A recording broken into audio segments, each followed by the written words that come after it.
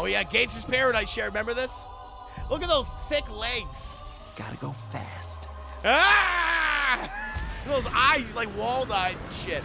Hello, I just wanted to thank you for clicking on my video, and I wanted to let you know not only do I create content on my YouTube channel here, Class in a Glass, but I'm also on Twitch where I play single-player games, multiplayer games. I do movie reviews, cartoon reviews, and a whole bunch of other stuff. Also, it would be a big help if you can check out my Patreon, where you can gain access to audio commentaries, reactions, and the ability to submit questions for my podcasts and videocasts. And all that content can be found in the links below. In the meantime, enjoy the video. This is Class in a Glass cast where I read and answer my very generous patrons' Patreon questions. Chat, I got to give them robust, thick, girthy, well-endowed, curvaceous answers. I like to take my time with these, chat. I don't like to give you just yes or no. I want to give you some meat on that bone, chat. That's what I want to do. Whoa, Stranger Shoe, Vancouver's temperature today was 90. Whoa, 90 degrees. Good evening. Whoa, Stranger Shoe, welcome. Jesus Christ. You're not used to getting that weather in the Great White North, my friend. Wow. Well, do stay cool. It was like in the 90s today here. It was 90s today here, chat. Woo, it was hot. Jacobs just picked up this graphic novel called Nemesis. Basically Batman, but evil and fucked up. Oh, yeah, no, I know Nemesis. Yeah, written by, Mark Miller. Same guy that did, Kick-Ass and Kingsman and all those other books. Yeah, I never read it. I'm familiar with it, but I never read it. I know of it, or Mark Millar, however you want to say his name. Mark Miller. I used to call him Mark Millar. There's a lot of Millers in the comic book industry. But, that guy, British guy. I'm aware of him. Oh, chat. But no, good to have you here, guys. I think it's about goddamn time that I start answering these questions. Chris Harris, I love the Nemesis book. I'm terrified to see how it holds up. Yeah, I never read it. You would know better than I would. Yes. Oh yeah, the Batman: The Long Halloween. I've not seen it. I read the original book way back in the day, but I've not seen the new movie. I haven't seen it yet. Pretty damn good. So nice. Good to hear. But now, my friends, we're gonna go ahead and get to these questions.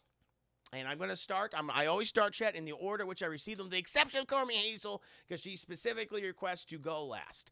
And she wanted me to come up with a new scenario, chat, where I feature myself and you guys, the Revenites, the Juicy Gang. I thought of something fun, Chelsea. I like this idea that I had.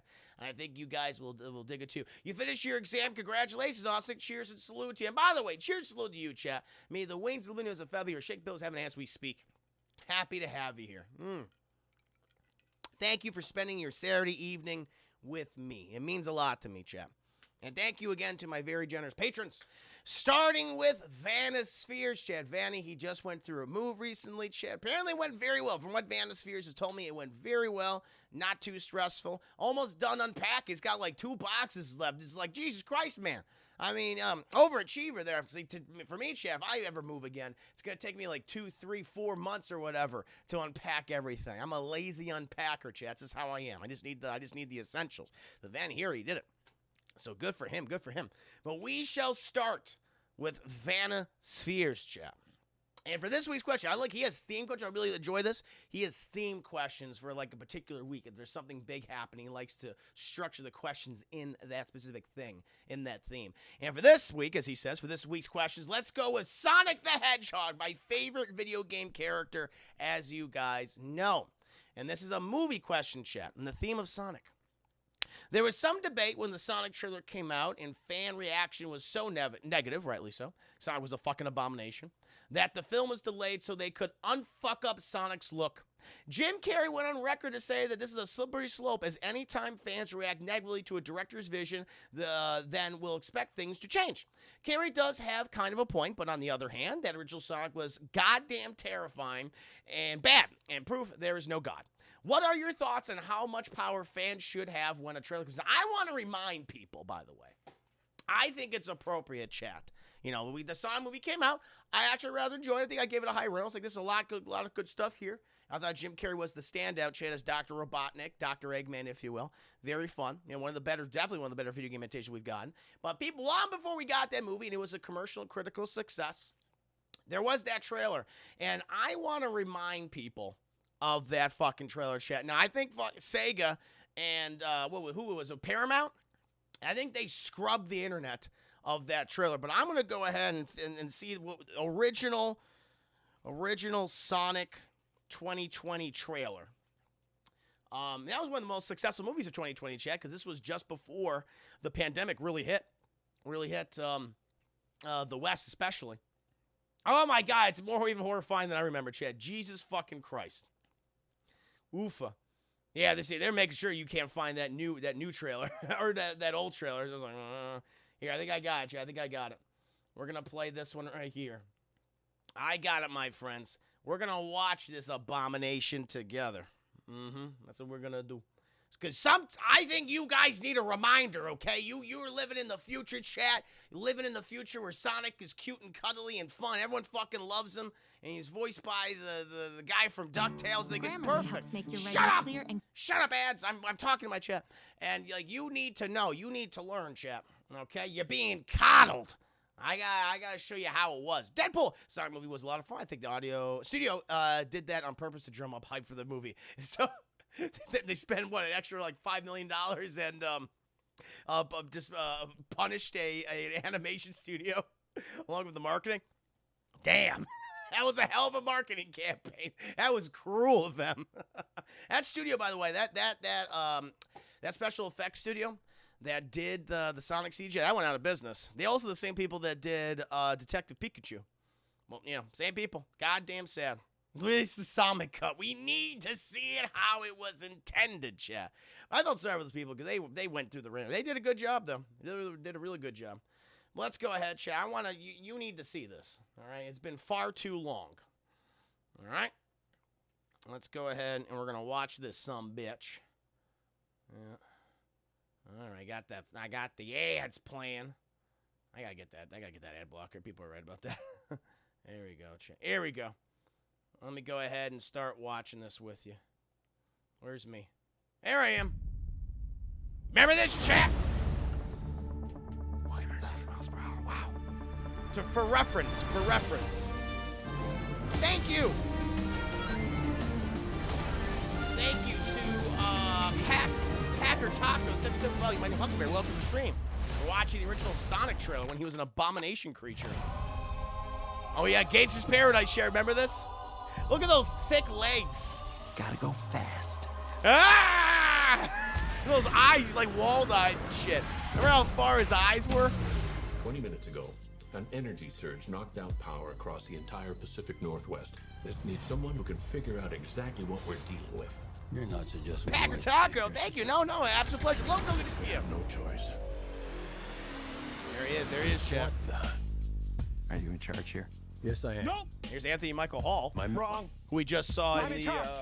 Allow me to clarify. I was not Anthony Michael. No, I'm using my actors. Never mind. Hierarchy based on level of Different actor. importance. The disparity between us is too vast to quantify. Agent Stone. The doctor thinks you're basic. Listen, pal. I don't know if you realize who... I'm sorry, Major. What was your name? Benny. Nobody cares. Yeah, it's Neil McDonald. I'm getting my actors confused. Ah! Meow. Oh, come on. Oh, God. Okay, pal, I want answers. Oh, God, the way he just sits there. His head's just so weirdly shaped. And it's the eyes, too. It's just the way his eyes are so far apart and his body's, like, really long. It's, like, elongated. Is that all you got? Oh, yeah, he's got those baby No, teeth. He's but thank you for asking. got those chompers, Chad. Uh-oh. I don't like Whatever it. this creature is, our job is to secure it, neutralize it, see what makes it tick. Producing the Fast and the Furious. When's Sonic gonna join the family, Chad?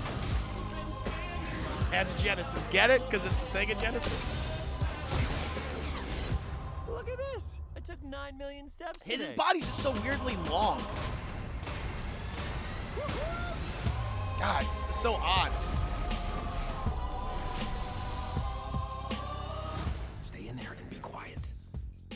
How much longer? I keep Ah, breathing here. He's such a cutie patootie. Do you have your child in that bag? No. I mean, yes, it's a child, but it's not mine. It's not your child. Smells like body spray in an old ham sandwich. There you go, Chad. November. And of course, that was delayed several months. It actually came out in February of 2020, I believe. I believe chat. People essentially go 5 biddies. She has huge boobs. She's very curvaceous and she is a healthy woman. Yes, yes. Oh, Edgy Berserker gonna see his crotch is too long. It's just like his body is like, that's the thing. Like there's a lot that bothers me, his wide eyes and stuff, and the fact that, he just didn't have the body shape. He was just long. It was just like, that's just weird. I just don't like the way he was shaped. I went, my eyes, my eyes. Thank you, no name for the 10 biddies. So that served as a reminder, chat, of that movie. Okay, that's the Sonic we could have gotten. But we did not get it, chat. We did later on get the normal version that we see in the February release, and the film that we did get. But back to Vanny's question, chat. What are your thoughts on how much power fans should have when a trailer comes out? So like fan reactions to it, and it's like it's always weird, chat, because I don't think I can give like a consistent answer. Because when you think about it, it's like, is fan entitlement real? Yes, fan entitlement is absolutely real, Chad. They demand the world of some creators, of these directors and of these writers and these filmmakers. And if one detail's off, and they do 100 fucking videos online, they rage and they yell and they scream and they throw tantrums, like, that is real. That is absolutely real. However, thank you for this. That was a bargain, Vincent. That was a bargain. It was. However, when you think about it too, is a lot of these studios, they have a long history of taking properties and not really giving a shit what they do. It's like, as long as we have it, like, we got the name, we'll throw in some references and we'll do whatever the hell we want. We'll just do it to market to these fucking schmucks, sell a bunch of toys, and that's it. We've seen this with superhero properties, chat. We've seen this with various adaptations of cartoon shows. It's been a long. Look at something like Batman Robin. Look at something like any video game adaptation that we've gotten, where it's so far from the original product you can barely even recognize. And so fans are legitimately like, no, they're pissed off. Like, they're like, no, if you're gonna adapt this, then do it well. So I totally understand that. And I can't really say what is the definitive answer to this, because I think it's a case by case basis. Sometimes it's like, hey, maybe that doesn't look exactly like the way it does in the property, in the comic book, in the video game, in the whatever it might be. But let's at least see how it works in the film. In some cases, it works out for the best. Other cases, it doesn't. So there's not a definitive answer, I think. I wish I could say there is, but sometimes it works and sometimes it just doesn't. But fan entitlement exists, but you want to always do you want to do right by the fans. Sometimes fan entitlement can. In this case, the entitlement, the fan outrage, I think, helped the movie. Had they not changed the design for Sonic, I feel like this movie would have been a failure. I think we would have been making fun of it and mocking how creepy fucking Sonic is. I think that would have absolutely happened. It would have changed people's opinions on the movie for the worse in that case if they kept that same design, chat. I don't think it would have done as well with critics or fans or the audience. People just would have been so off-put by it. So they did make the right decision in hindsight by changing the design, making him look like he does in the video games, or at least most of the video games, chat. So they were right in that regard. But sometimes it backfires. Perfect example, Chad. I think if you look at maybe the I hate to bring it up because it's always brought up by so many YouTubers and content creators out there. Sometimes in the worst cases. But look at the Star Wars trilogy, chat, where I would not be surprised was if Disney was influenced by fan reaction in regards to things from The Force Awakens into The Last Jedi, and then from The Last Jedi into The Rise of Skywalker. Chat, I think fan reaction played a role in the shaping of that trilogy because there was no consistent vision. In that regard, fan entitlement, fan reaction had negative repercussions for a product. But again, I think it's just a case-by-case basis where sometimes it works and sometimes it just doesn't. Sonic, it worked well. It worked to the movie's benefit. I think everyone walked out of that film, the filmmakers, the studio, the actors, maybe not the special effects team that worked on the Sonic characters. They eventually went, bankrupt, and they no longer exist anymore. But for the most part, that movie was better for it. But the case of maybe something like the new Star Wars trilogy, it was not because of fan reaction, entitlement, and things. Thank you, Mordecai, for the 5 biddies. And Narjo, thank you for resubscribing. 6 months, 3 months away from pooping out that Twitch baby. Thank you, Narjo. Hope you're doing well. Mordecai, hey, Chris, I haven't been feeling good lately. Oh no, trouble breathing for some reason. Oh shit, but it's good to see you. I hope it's not the COVID, man. Maybe you should go to the doctor. because that's one of the symptoms. Now, I don't want to scare you. I don't want to alarm you or anything like that, but just please be careful. No problem at all, Chet. Can we get some Mr. Revan Yates, Mr. Revan hype for Mordecai? Send him some goodwill. I would appreciate that. Very sorry to hear that, man. Did you get your COVID shots? I know in some cases, even if you get the shots, you still might get it. There is a percentage that have gotten it. I'm sorry to hear that, though. We can get some goodwill towards Mordecai. I'm gonna get some goodwill towards him right now. Thank you, by the way, Peter Ben Section, for those biddies. Let's get some hype. Let's get some yays. Let's get some goodwill sent in Mordecai's direction. Lift up his day. I would appreciate it. Let me go ahead and read some of these comments here, Chet. I was on a spiel. The Gem Trailer fans were upset. Director said, wait for it to come out, and it was horrible. Exactly. Again, it's a case-by-case basis, I think. I don't think I can give, like, a definitive answer. It's like, yes, fans should absolutely play a role in the creation of a film, and that the studio should judge reaction based on that, But in other cases, they should. It's like it's back and forth, really. Local, good question. Maybe unless the backlash is really terrible, then best to change it. Don't know. It depends. Again, it depends on the situation. Like, I don't think I can give a definitive answer. Thank you. No Name getting a sub to Too Tall. Thank you. No Name Too Tall. 1 month away from pooping out that Twitch, baby. Woo, boy. Very good question. No, I know. Vanny, that's a good one. I'd say the best thing to do is just make the movie you want to make as best as you can make it. Just hope the fans take to it.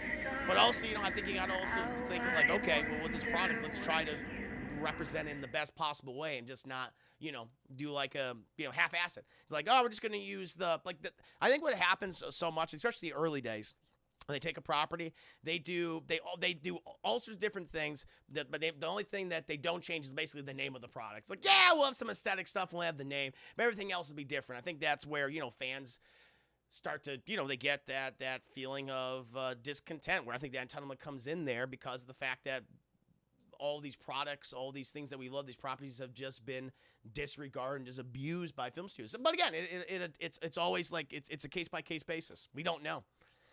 Oh, thank you, Mordecai, for the bidding. It's been unrelated, but the few extreme Snyder fans is the worst. Yeah, exactly. I think that's the worst of the worst. And when it comes to fans like the supernatural fandom, harass naturally because they want their shit to be real. That's fucking dead. I mean, that's ridiculous. I'm not even like thinking about that in that way. That is yeah, I mean, I guess it is related. It is related to that, but I guess it's more just the presentation of the product based on the property. But that's a good point. That does play a hand in that. Sonic was just the fans, just people in general who had negative. That's true. Honestly, just like, what the fuck is this? It was just creepy and weird. What else people are saying here? Because I don't know if it was the fan reaction that dictated story sequels, since last year's script was already done by the time this week is good now. The major ideas for Escar were up or thought up by ABs for election. Well, fair enough. So what did you think of the 5 biddies? Final Fantasy, Spirits Within, for the creator of Final Fantasy. Yeah. 3 months away, I'm getting sub cravings for peanut butter. No offense, they're just like a peanut butter cravings. Sorry. Oh, you got the Prego cravings, my friend. Blackstone, welcome to stream. Good to see him.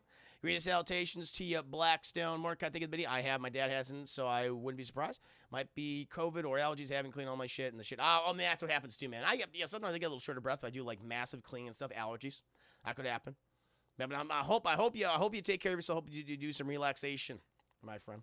With Mortal Kombat, I was hyped for it, and the big red flag was the introduction of Cole that made me wait. Yeah, and that's the thing where the studio, they went like, oh, we can't rely on these characters to actually something. We have to create our own character. We need an audience avatar character. And it just ended up being super generic and boring. Yep. Good point. If your movie's adapting an existing franchise, then it should appeal to the fans of the original material most importantly. But if a director is trying to create something original, the studio shouldn't get in their way based on what's more marketable. I mean, I think it's more than that. I think it's a tightrope though, because like, okay, if you're making this only for the fans, then because I understand what studios are thinking. Like, we need to make a movie that appeals. Like, I would think the best studios. Like, we need to make a movie that both appeals to the fans and also mass audiences, people that might be unfamiliar with the property. And I think it's more than just like we need to make a movie for just fans and just that, because that's a small percentage of people. And so I think that's why studios sometimes are like, no, we got to make this as generic and mass appealing as possible. And I think that's what has led to so many failures, so many adaptation failures over the decades. Again, I think it's taking stuff that the fans like, but also realizing like maybe we got to change a few things up because not everything's going to translate well into film. Like, it's hard. Making movies is hard, both good movies and bad movies. It's difficult. So I get the struggle. I just want the movie to go. I just want a good movie, but sometimes fans go to the extreme, which is not exactly. Strangest you think with 5 biddies? Final Fantasy. Yep. Mm-hmm. And people are acting negatively that one. More Combat Dad's Advocates Codes, not really cool. I'm sorry to hear that. Cole, the power of friendship. It was literally a friendship bracelet. That was his power. That was his power, chat. Hans Avatar Mortal Kombat was from the south side of Chicago. Like, I didn't know. Let's see, man. Good. Welcome to the stream, by the way. Chris, check out the new Mario Golf and Switch. It's fun. I want to. I'm definitely going to play that. I wanna. The trailer they released looks great. Thing about adaptations, and I don't think a lot of people realize that you can make major changes to the story and characters and histories if and only if you get the soul and spirit of the characters in the material. Yeah. It's like, again, it's that tightrope you gotta walk. But it's a good question, Vanny. Sadly, I don't think there is a consistent answer. I think it's just a case-by-case basis, champ. That's what it is. I do friendship a lot to my little brother in the Nice. You beat him with friendship. You kill him with kindness. I love it. But now, Chad, we can go ahead and move on to Vanny's second question. This is a TV-based question. In the early 90s, there were 2 Sonic the Hedgehog shows, one on ABC and another somewhere else. The tone of the 2 are pretty different, whereas the ABC show and more serious, edgy tone, but still being a kid's show. I actually own that show. It was given to me by Ren Walterson. While the other one leaned way more to silly territory. This is not unlike Teen Titans Go. A big difference, though, is that Teen Titans was torn apart when it went Go, while Sonic's tonal shift never really sparked a reaction. Why do you think that is? I think part of it is due to the Twitter, Facebook not being a thing back in the 90s, but I'm curious if you think there are other reasons. Let me go ahead and read some more comments here. I know exactly nothing about Castlevania. I found that series perfect, and so does many fans. Just do a good job and respect the spirit of the work. I'm gonna put a pin in Vanny's question for a second because you hit a good point, Blackstone. I like that you brought that up. What works so well about Castlevania is that the adaptation, it's adapting Castlevania, mostly Castlevania 3, Dracula's Curse, but there's not really like a lot of story or even like a lot of lore. You have Trevor Belmont, you have Sypha, you have Dracula, you have Alucard, all that stuff that's there. But you're right. What they did was they just took what they already had. They took the aesthetic, and it's like, okay, there's not a lot here to begin with. I mean, I'm saying this as a Castlevania fan, and what they did so well is they expanded upon it. They added so much depth to these various characters, chat, whether it was Trevor, whether it was Alucard, whether it was Isaac or Hector or Lenore or all these people, and it's like, wow, Carmilla.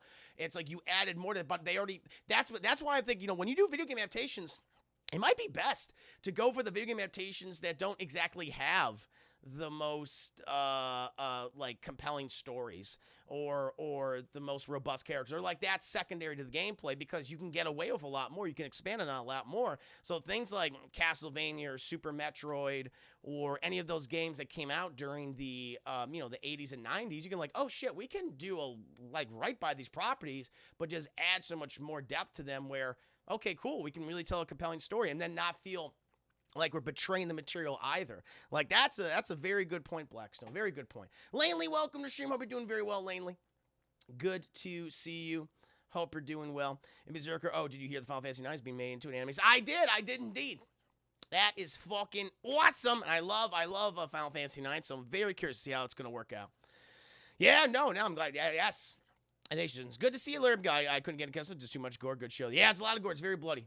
Very, very bloody. No doubt. But to go back to Vanny's question, in terms of the how people reacted to the differences between these cartoons, where the original Sonic cartoon was very dark, very gritty, a little still made for kids, but it is dark, dealt with some adult themes and concepts, chat. While the sequel was not nearly as dark, it was more silly, but compared to like Teen Titans Go. And I think the big reason is, and you already hinted at it, Vanny, is just the social media not existing. You did not have this collective voice to voice their concerns or their opinions. You didn't have this internet loudspeaker because it just wasn't real. It just didn't have it. Like the only thing I could think of is when, like, the way that fans reacted to this stuff is, how they try to get their voices out there, like way back in the day. And I bring up an example, was like for Batman 1989, chat. When Michael Keaton was cast, a lot of fans were pissed, where they were actually sending in like hundreds and thousands of letters to Warner Brothers, basically saying that they were very upset with the casting of Michael Keaton as Bruce Wayne Batman, chat, because they believed he wouldn't be able to play the character. Michael Keaton at the time was more known for his comedic roles like Beetlejuice or Mr. Mom. So we don't like this, and that was the way to do it. Michael Keaton brought it up on a talk show and stuff. But before then, like, you know, the mass media didn't give voice to any of these people. There was no, technology available for people to put it out there, and then you can form a collective, and then the studio listens to this. Like, there was no way. And I think it's just with the advent of the internet and with social media that this has just become easier for people to do. And you already said, Vanny, like, yeah, Twitter and Facebook, where people can put out their reactions, their opinions instantly. As soon as they see it, as they're seeing it, boom, they can put out an opinion. So I think that's what's happened. People do this. No, he's here. Oh, the children. Oh, the hate mail. Yeah, you know, he got all the hate mail. Yeah. You look it up. There was the fans sent a lot of like written letters to Warner Brothers saying how they were so upset with the casting of Michael Keaton as Batman. Yeah. And the studio rightly responded, "We cast this guy for a reason. Just wait and see them." Yeah, pretty much. See, that was the case. Look at that chat. That was a case where the fans were absolutely wrong. And Michael Keaton is typically looked by a lot of people as the best, as one of the best live-action Batmans. You know, he's held in a very high regard. And I like him as Batman. Wish they did more with him. And then he's fucking coming back. Nearly... Chat, 30 years later, like over 30 years later, he's coming back to play the same character, and people could not be more fucking excited. That's what's crazy about that. See, things change. Like, sometimes the studios know what they're doing, sometimes they don't. Again, it's always a crapshoot. You never know what you're going to get. It's a case-by-case basis. Beta Precision Lake Buddies, Beetlejuice versus Candyman. Who would win? I don't know. That's a good question. That's a hell of a goddamn battle, chat. That's a hell of a goddamn battle. There was also a backlash when they casted... Yeah, exactly. There was a backlash when they casted Heath Ledger. I remember, Chad, back in, what was it, 2006, 2007, or whatever it was, when they started principal photography. Obviously, it was before 2008. I remember seeing online, there's no way Heath Ledger could do it. What, the gay cowboy, that guy? But by the way, Brokeback Mountain is an excellent film. I know that it was mocked because it was about a gay romance, but it's like, oh my God, so immature. But and now, Chad, he's looked at as one of the best, if not the best Joker of all time. So again, yeah, case by case basis, Chad, case by case basis. Keaton come back, still worries the hell out of me. I would prefer an actual Flash from not DC. Oh, I get that. No, I understand that. That's fair, Lanley. That's a fair and valid concern. I get you there. Chap.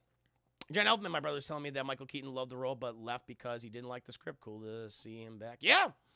No, I'm very to see what they're gonna do with him.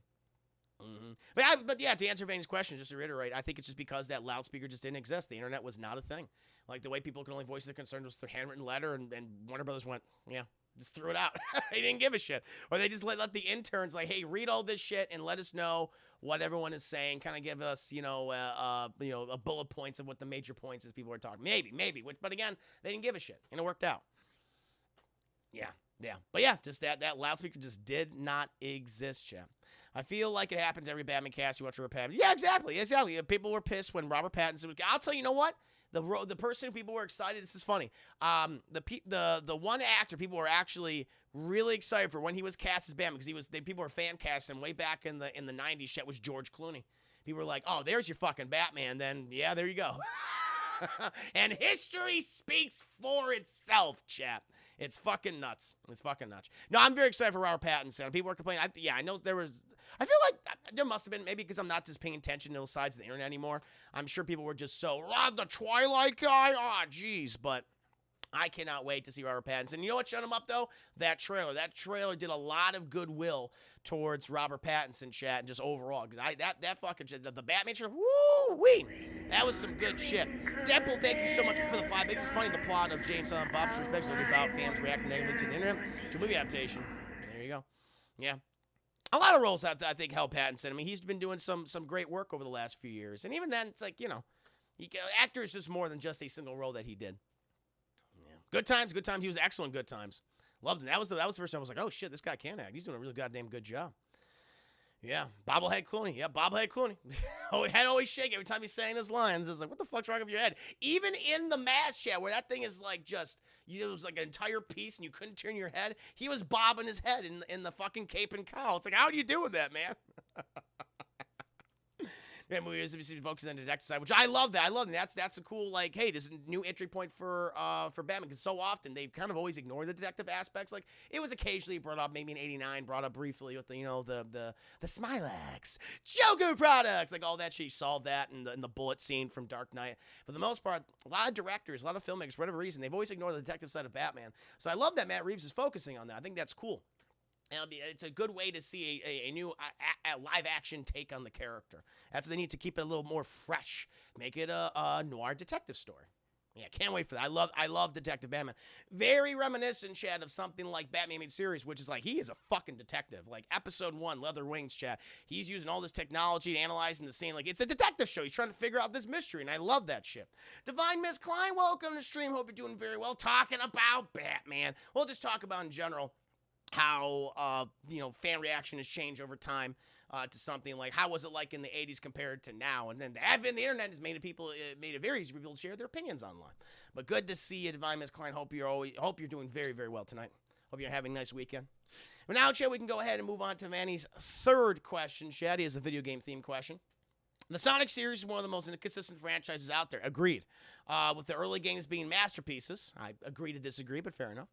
And their later games ranging from, we can legally call this a functional game, to Sonic 06 can die in a well. The 2D, 3D conversion is the biggest culprit, since they haven't made a good 3D Sonic game. Sonic Adventure 1 2 suck, and no one wants to admit it. That's Vanny's words, not mine. What would a good Sonic 3D game look like? You know what, chat? I've played Sonic 3D games on stream. You know this. I played Sonic 06. I played Sonic Forces. I've played Sonic Unleashed. And again, I can only speak for myself, but I don't know if it's possible. I think that the fast-moving 3D gameplay of Sonic is so just inherently flawed that I don't know if you can make that work. Like, it's difficult to control. I can't see what's actually happening most of the times. And because of those things, I don't know if it's possible unless you, like, the only thing I think is you slow that shit down. You make like a slow-mo effect and you're able to move around, that way. But of all the games I've played, all the 3D Sonic games I've seen, I'm like, I just don't get this. I think that this conversion from the 2D, which I don't even think the 2D Sonic games are that great. I know a lot of people stand by them. I'm not a fan of them, and I know I'm in the minority when it comes to the 2D Sonic games, but I'm only speaking for myself. When it comes to the 3D Sonic games, I'm like, yeah, I just think this gameplay style for Sonic is just inherently flawed and just does not work. I don't know if it's possible. Maybe someone can do it, but they have to really restructure it. I mean, there's from the levels to how the characters interact with those levels, to the enemy design, the whole running needs to be just completely reworked. I just don't know how you would do it, because I don't think it's fun to play any of those 3D Sonic games. They are a test in frustration, chat. Incredibly frustrating and vexing to play. So I just don't think it's possible. 2D game, people love those 2D games. More power to you. I don't like them. I don't particularly care for them. But 3D, I just don't think that you can do it, personally. Gotta do what MK did and go back to side school. Yeah, do that. Yeah, do that. Lately, I have no skin in the Sonic debate. Loco, I like Sonic's Kid, but couldn't get into the later games once Sega jumped into 3D. I think for a lot of people, that was the same case. Yeah. Yeah, I think it's an easy one. A lot of people are like, yeah, they know it because it's difficult to script. You have to be smart enough to craft the complex mystery. Yep. Yeah, that's true. Satisfying mystery, satisfying them. I think where a lot of people are, yeah, I love Sonic games, and I absolutely enjoyed Sonic Generations along with Colors, Secret Rings, Black Knight, Unleashed. All right, so Too Tall loves them. I just for myself, just not a fan. I don't like that gameplay. I don't like that style. It's never worked for me. Yeah, so to answer your question, what would a good version of that? I don't know. Unless the only thing I could think of is if you do like a kind of like the world is moving slow around you, like you're doing a slow-mo type of thing where you're moving like normal speed, but everything else is very, very slow. Like that, I think you could you can get around that shit. That'd be interesting. Like that's kind of like my idea for like a Flash game. Like that's how you would do it. Like the world around you is very slow. You activate it, and then you're able to run, and you're able to control the character, and you don't feel like you're not in. That's the biggest thing I've always said about the Sonic games. And inherently, I never feel like I'm in control of Sonic because of how fast I'm moving, and where it's like, no, I want to go this way, but the controller doesn't respond the way I want it to respond. The characters in the game doesn't respond the way I want to respond, and it's just like fuck. So if they were to maybe restructure where it's like it's not that I'm going super fucking fast. It's like, no, you slow everything down in the world, and I'm running normal speed, but not really normal speed because I am running fast. Like, that's how you would do it. I think that's what I would like to see, and I would consider trying that, but I don't think they're going to do something like that. Have they done something like that? Have they, like, maybe it's, again, people who are Sonic fans might be able, yeah, sounds like the drug and drug. Exactly. I want the slow-mo drug. Just fucking give that to Sonic and just do that. I want, chat, the answer to all my problems of Sonic is Sonic just needs to do drugs. Where is that Sonic? He's just addicted to that crystal, chat, to that inhalant meth drug. That's what we fucking need. Okay? I need to contact Lena Headey and avoid Carl Urban's Dread to just fill Sonic to the brim. Just put all the droogs in his tummy and let him loose. And then I think you would get a goddamn good Sonic game, chat. But until then, it's not possible. It's not possible, in my opinion, chat. Yeah, well, that's an interesting idea, especially. That's what I always thought. Like, if you ever want to do a Flash game, it's like, I think you do more slow-mo type stuff. And that would work out. Yeah, so you're saying Sonic needs to make, Zack Snyder needs to make Sonic. Yes, actually he does. He should do that. I would love to see what Zack Snyder's Sonic video game would be. I wouldn't mind Sonic v. Dread. Yes, give me that slow-mo, chick. Give me that slow-mo. But overall, chick, yeah, unless they do add a slow-mo mechanic to Sonic, especially with the racing and those sections. I don't know if it's possible. They should do that. I don't know if they've done that yet. They should. CDR Spook, great salutations to you, good sir. Hope you're living long and prospering. Welcome to the stream. Hope you have a nice Saturday. Yeah, so you heard it from Chris, kids. Do drugs. Do drugs, kids, to make Sonic better. Do drugs equals making Sonic better. That's what I'm saying, okay? This is endorsed by Mr. Evan 7 of Mr. Evan 7's Twitch channel / Class in a Glass of various platforms. There you go, chat. It's out there. Gotta snort fast. Woo! So yeah, I do, chat. Makes me be like, whoa. No, that's Sonic on cocaine. That's why he's going so fucking fast. He's on that cocaine, chat. He's on that devil's powder, that devil's demon's dandruff. He doesn't need any of that, chat. No, thank you. Oh, but now we can go ahead and move on to Vanny's fourth question. Content creator question. In regards to your Sonic Erotica OnlyFans page, and only juicy fans, okay? Keep Alex Bernal Caporto. Have you come across a story that is just too explicit, vulgar, wrong, that'll never see the light of a camera? Don't need specific details. I'm going to give you details. Don't need specific details if so, but just curious if you saw one and went, fuck no, burn my lap before I end up on a government watch list. No, not yet. Not yet.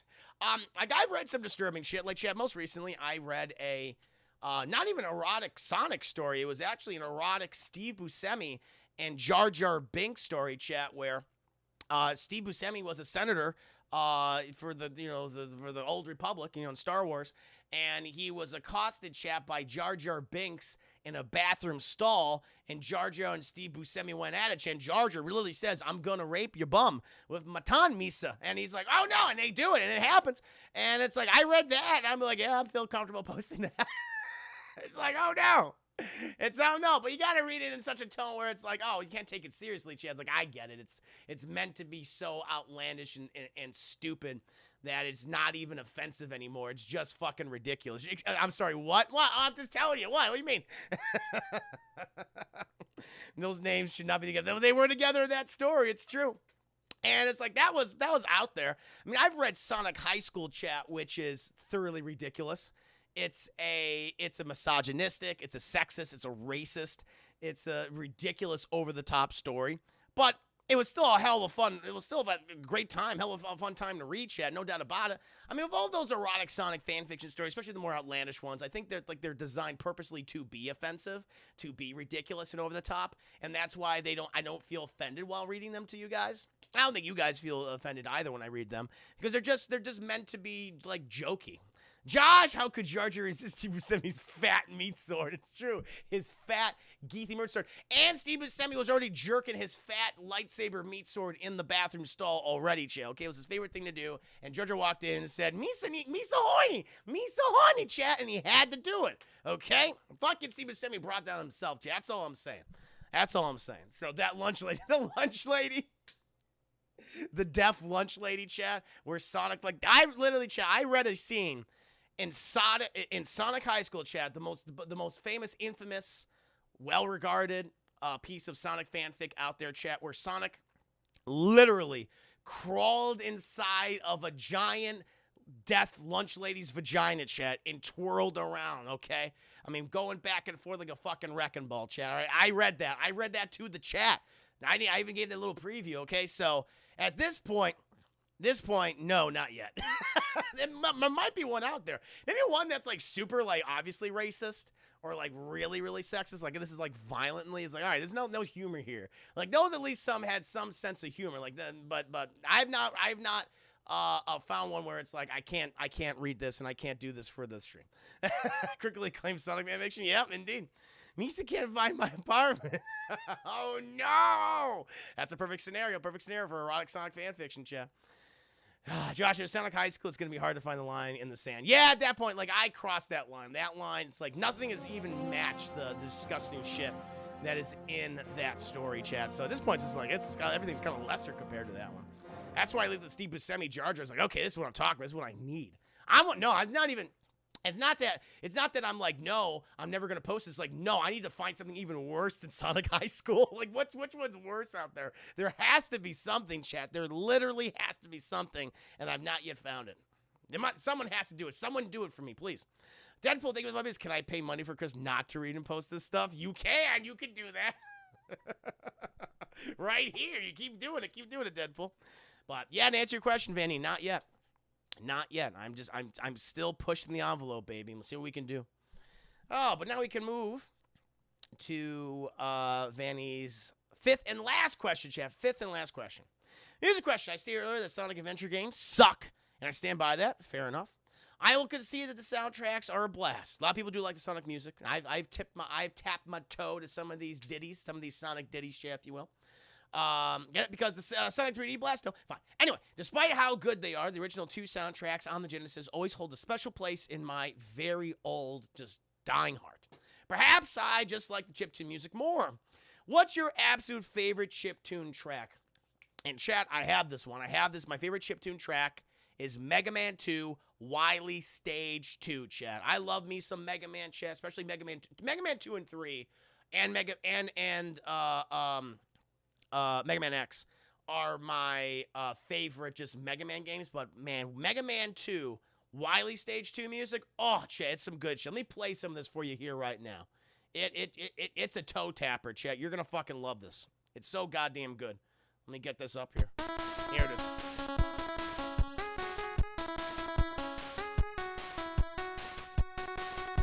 No, the DMCA will be fine. He just plays in a video game.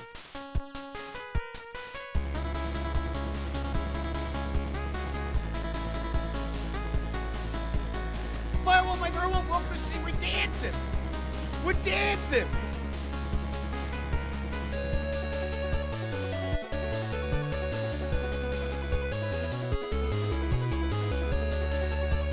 And it's like, oh my god.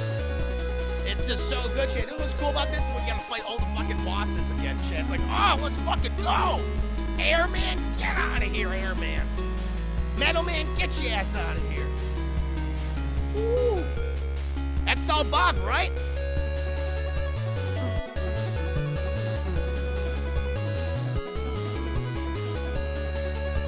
OG Mega Man Cutman. Oh yeah, Cutman, hell yeah. Charlie, you ever see the Mega Screws? No, I'm not familiar with that. But this is a classic. This is always well regarded among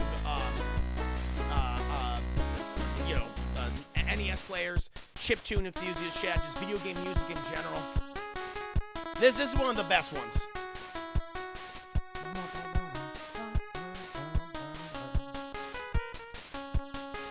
So goddamn good. I absolutely love it. Scrowls NYC. Hope you're doing well. Does anyone else have like a piece of music from like a chiptune music from a video game that you're like, no, this one is great. Like that one is like I instantly knew the answer. Mega Man 2, Wily Stage 2, so goddamn good. Yeah. Oh. Loco, you heading out, Loco? You heading out, Loco? Loco, as much as I want to stick around, but it's getting late, man. Take care, Chris. No problem, Loco. I totally understand. Pleasure having you here. Thank you. Thank you for being here with this hour with us. It's very kind. I like the Sims shopping mode. Sims shopping mode music? We'll listen to that. Yes, Megas literally makes Mega Man theme songs. Oh, it's a creator that makes it. Oh, gotcha. Okay. Let me go with the Sims shopping music. Let's look that up. Sims shopping music. Let's try that, chat. Divine Mist, I think with a 200 biddies. Appreciate that. Very, very kind. 200 biddies. So is it just called, is it called Mallrat? I'm trying to remember, the Sims, they have Buy Mode 1. They also have the Sims, original video game soundtrack, Mallrat. I guess, I don't know if it's this one. Is this what's called? Hi, Verizon Launch. God damn you, ads! Kate McKinnon, get out of here. Is this it? Is this it? Is this it, Newsy Ducky?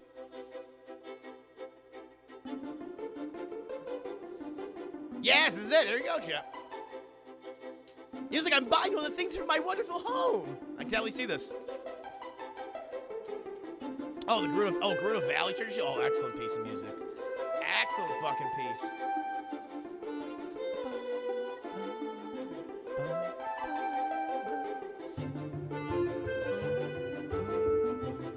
It's very relaxing music. So when you're designing stuff for your own home and you're buying things, I can totally see it. It's like, oh, it's just there, very easy going. Very nice, Jeff. Yeah. I got the flute solo. Yeah. I love it. No, wonderful piece. Any chiptune music that you guys like? I'm trying to think of like other like chiptune music. There's some great ones out there. Yeah, best route to be person was Legend of Zelda Twilight Princess. When you're Hyrule Feel, that's a good soundtrack. Oh yeah. I mean, yeah, it's like a grocery store. It's something you expect to hear. They captured that perfectly. Think of some other like chiptune music, chat. It's funny, like John Romo, who I previously did a podcast with, video game podcast called what was it? Oh Jesus, We Are Error. He loves video game music. He loves chiptune music. He'd be able to answer this. He'd be able to provide a lot of detail. I'm trying to think like, oh God, what else is there out there? I'm trying to think of like some old Super Mario's music or Super Metroid, things like that. Obviously, some great music. Castlevania, of course, had some good ones. Let me see. Get some Castlevania pieces up in here. Castlevania Symphony of the Night. Let's see if they had some. I got the long play, and I want the music. Symphony of the Night. Here we go. Is this the? Yeah, that's not really chiptune though. That's more like orchestra. That's an orchestral tune, chat. Yeah. Only moment. Final Fantasy IX, Vamo Ala Flamco is a great tune. Don't think it counts as chiptune sound. Like, yeah, I'm trying to think of like really good chiptune music. But yeah, the Mega Man has some of the best ones, chat. Like seriously, please do check out some of that stuff. And Megas, as it was suggested earlier by someone, apparently does the chiptune Mega Man music. So that's awesome. Donkey Kong Country for the SNE. Oh, DK. Donkey Kong. We got Donkey Kong. I know Donkey Kong music, chat.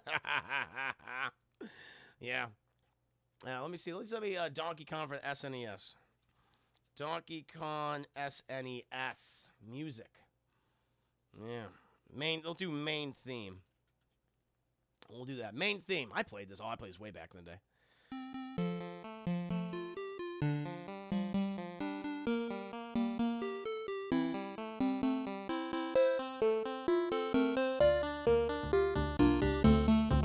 Oh, shit. Here we go, chat. Got them bongos. Got them chiptune bongos. Ooh.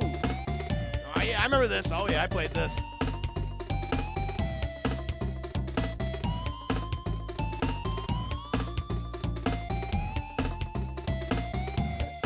Very nice. Very good suggestion.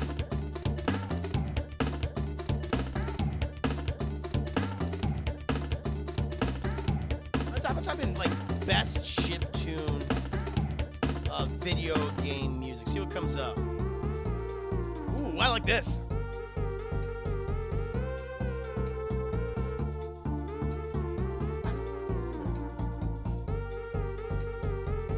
It's nice libation. I am drinking my go-to. Haven't melted because it's so hot. But it's my whiskey with some pineapple mango juice and a little bit of seltzer water, or some black cherry seltzer water. I'm going to make myself and refresh my beverage in just a bit. Now, let's type in best chiptune video game music. Thank you for asking. Let's see what we got here, chat. Legend of Zelda must have some great tunes. Let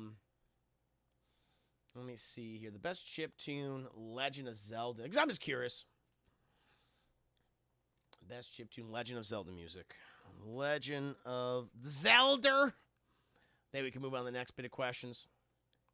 Yeah, let's see here. Legend of Zelda NES Overworld. Oh yeah, I think Overworld has a really good one.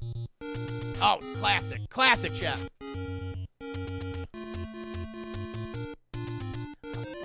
Of course, everyone knows this one.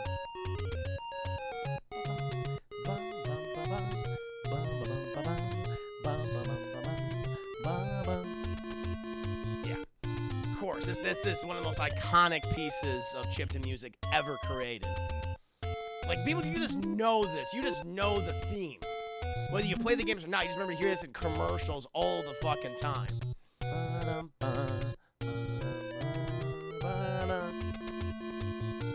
Hell yeah. That might be a good chat to do someday. I think I could do this, like chiptune music. We could probably do like a listen party or something like that. Like that's all video game music. I think we'd be safe. That'd be fine. Pulse Master Sword. Oh!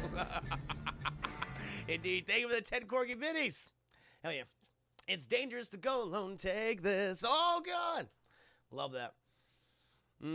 Got a new indica at the dispensary today. My treasure. Nice, Miss Klein. Enjoy yourself. Sit back, relax, and let me entertain, serenade, and woo you. It's what I do best. Very nice. Starbomb. Yeah, Starbomb. I'm a big fan of that. I like the work of Aaron Hansen and Don Avedon. They do good stuff. Definitely one of the big inspiration. I've talked about this before, chat. Big inspirations for me to get into my own content creation, my own streaming, YouTube, all that. Talented people. I got a great time. Oh yeah, there's so many great pieces. So many great pieces. Yeah, we can do like a chiptune like listen party someday. I think that'd be fine. I don't think that'll because those are all in games, so it shouldn't be an issue. You hear that in games all the time, so I think that'd be fine. And get those DMCA though. Oh, did I love the Final Fantasy and recaps on the. Oh yeah, Final Fantasy has some excellent chiptune music. Excellent chiptune music. Yeah, we gotta do. I'm gonna think about that. I'm gonna think about maybe doing like a listen party and just having some nice discussions and stuff. That'd be fun. And Jay Guzman, welcome to stream. Hope you're doing very well. And doing my Classic Glass cast for you. Yes, with Sass. Answering my very generous patrons' Patreon questions. We just did one question based around chiptune music and games. We covered a few songs. Everything from Mega Man to Legend of Zelda.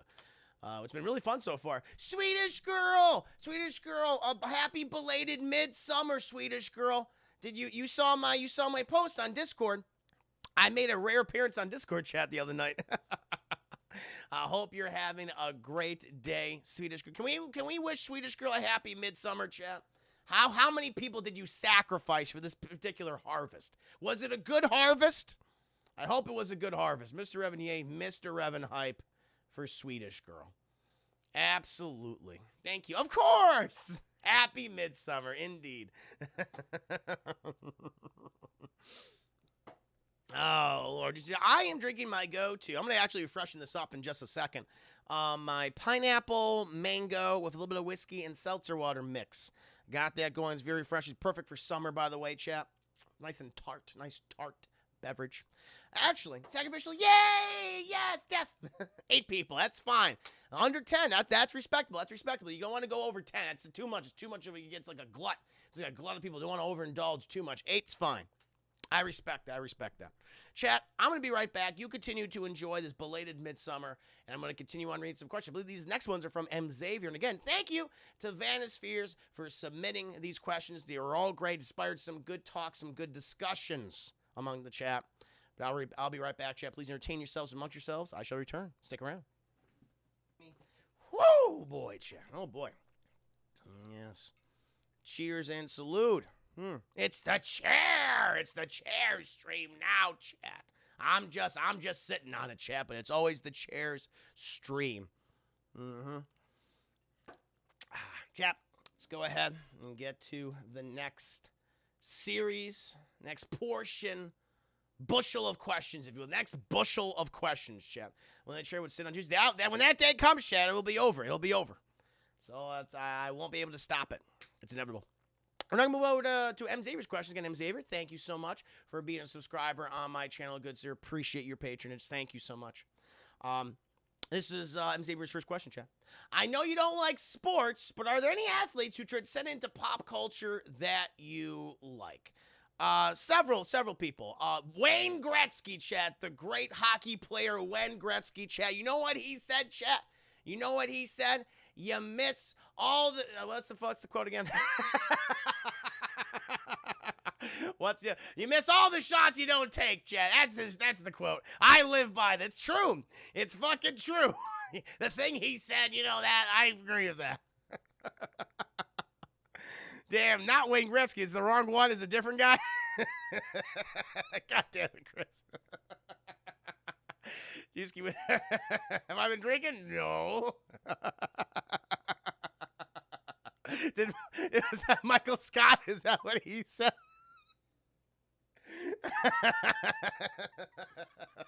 Did Wayne Gretzky not say that?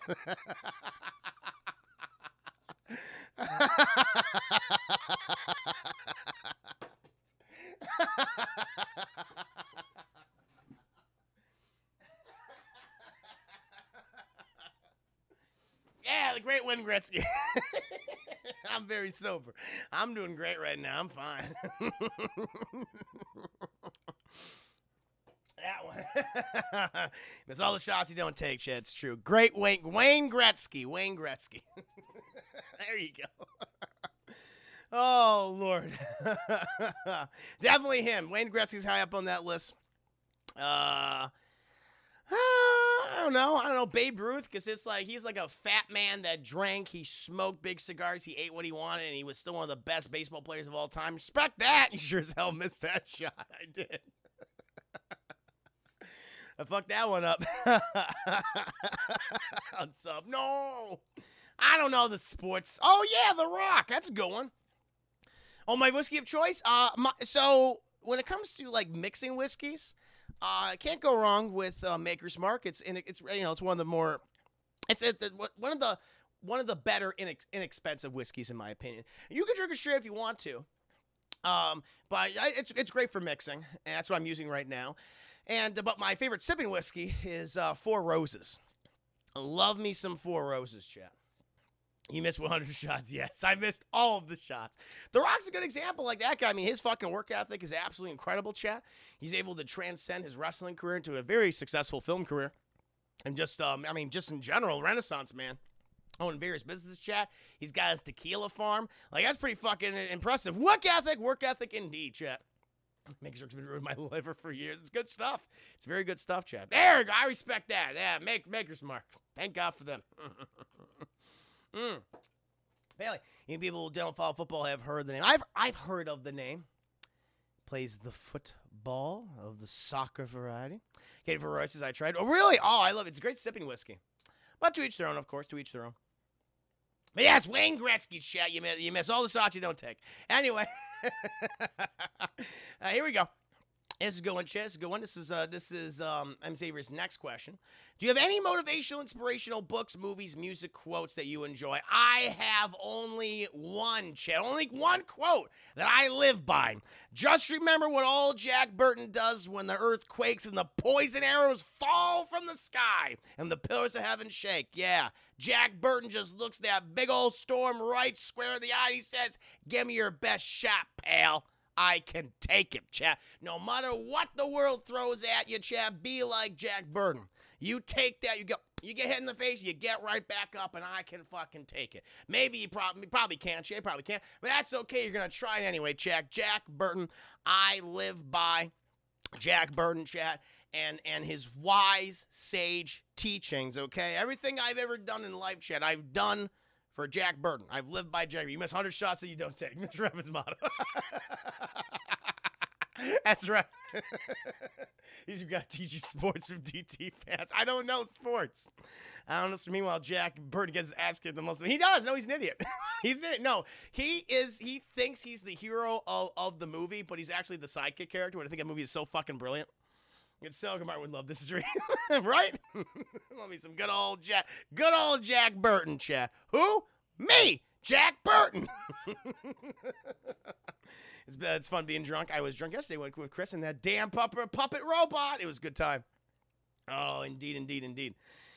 Oh, no, I love, you guys know I love Big Trouble in Little China. I even have an alert dedicated to Jack Burton. I even have an email for those of you who are using my those of you who are tier 3 subscribers. You have access to my Chris Burton emo chat. And of course, every 500 biddies, good old Chris Burton, he pops up as well, chat. With Nintendo gun. Pretty cool. Someone showed Martin the stream. No! I finally have earned Martin's respect. No, it's kind of, why do dogs take forever to decide to take a shit? Sorry. Probably because, I don't know.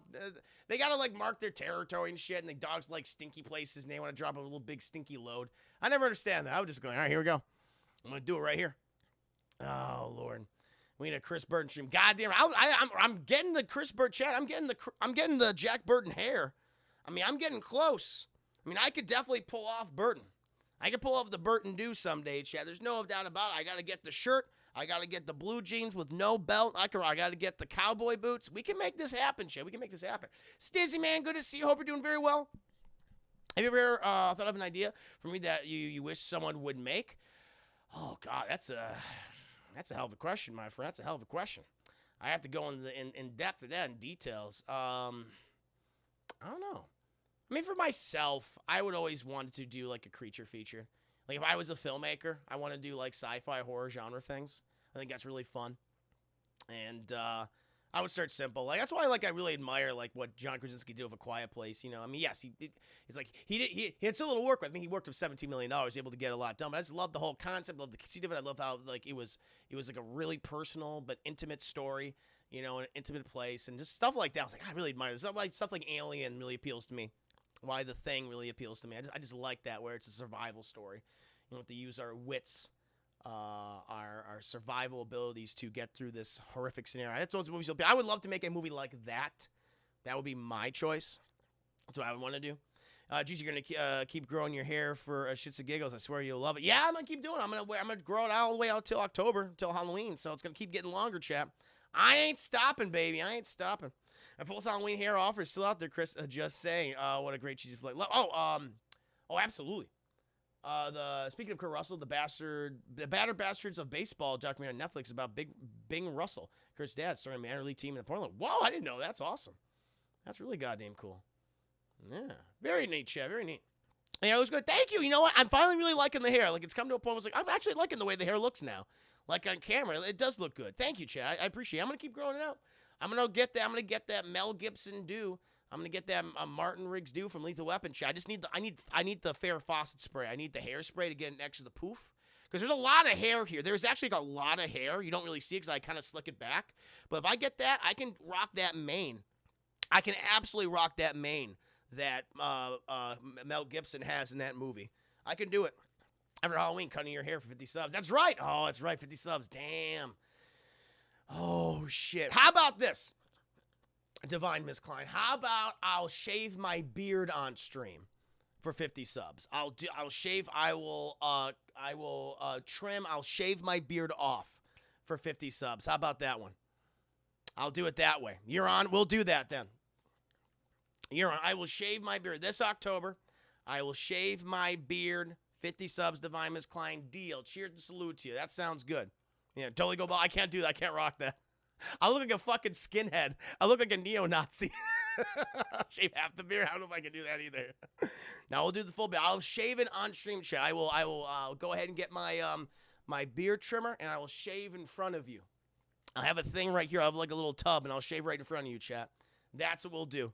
Do you know, matter of fact, because obviously if we're going to do a special Halloween stream for a Double Toasted, and the day before, excuse me, chat, because I'll be on Halloween, but the day before, I'm going to do a Halloween movie marathon party.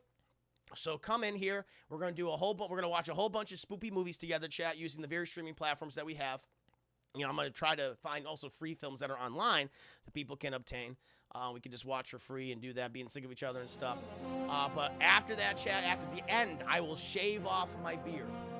I'll shave off my beard. Because you think about this, grow your hair out until it's like the hair in Braveheart. I might do that. I might keep going. I might like it that much. Crow end up putting the fake mustache and wig on Corey and making me. He better fucking not. He better not. He said he'd start growing the mustache this August. So if he does, I'm going to be pissed.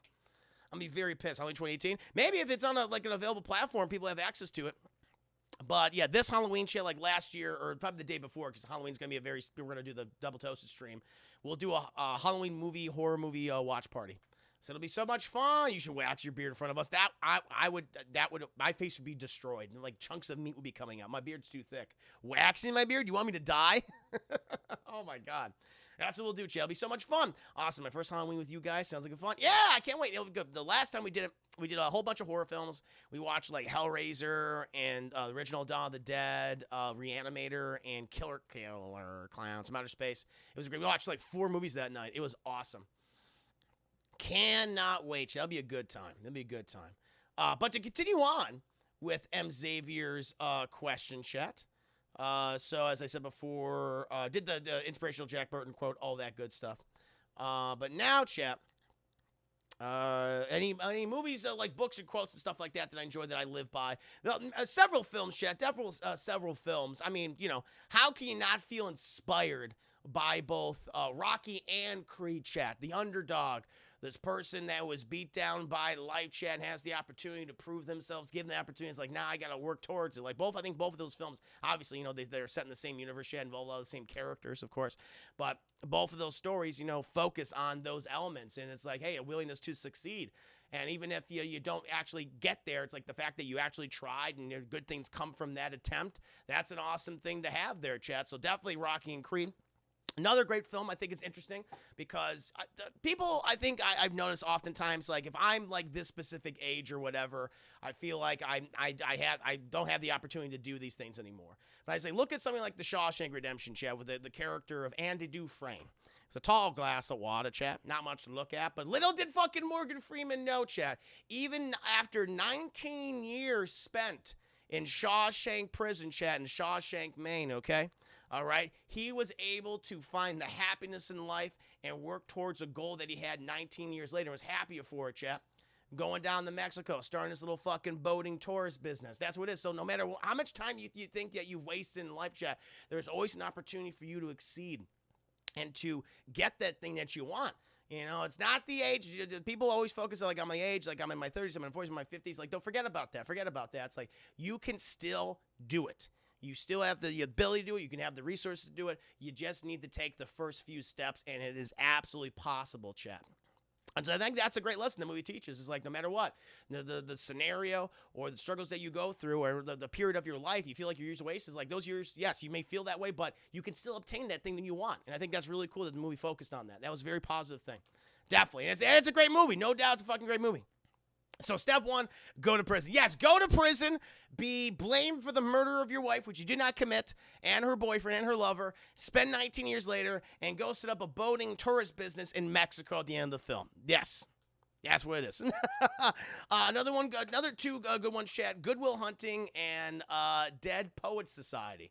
Funny enough, both star Robin Williams. But really the whole focus of those movies is that it's looking at, you know, young men, young women. In this case, it is young men, who are being told, you know, like their lives have to be dictated in this specific way, and they need to adhere to that. And they feel like they don't have a choice in the matter to do what they personally want to do with their passions because their parents, authority figures say like, nope, you're going to do this, and this is what you're going to do for the rest of your life. And it's like, no, you can find other interests and you can capitalize on them. And it's great to have a figure in your life, a Robin Williams, if you will, Chet, either as a psychiatrist or as an English poetry teacher, who can show you those things, and that you can feel like you're going towards this direction where it's like, oh, you feel reinvigorated, where you can make a living doing something like this. You can work on your self-esteem, come out of your shell. And I think the character, having someone like that in your life to bring that out in you in a really positive way is fantastic. And it shows it's like, yay, in school you feel like you have to adhere to all these norms, all these social norms, all these education norms, but no,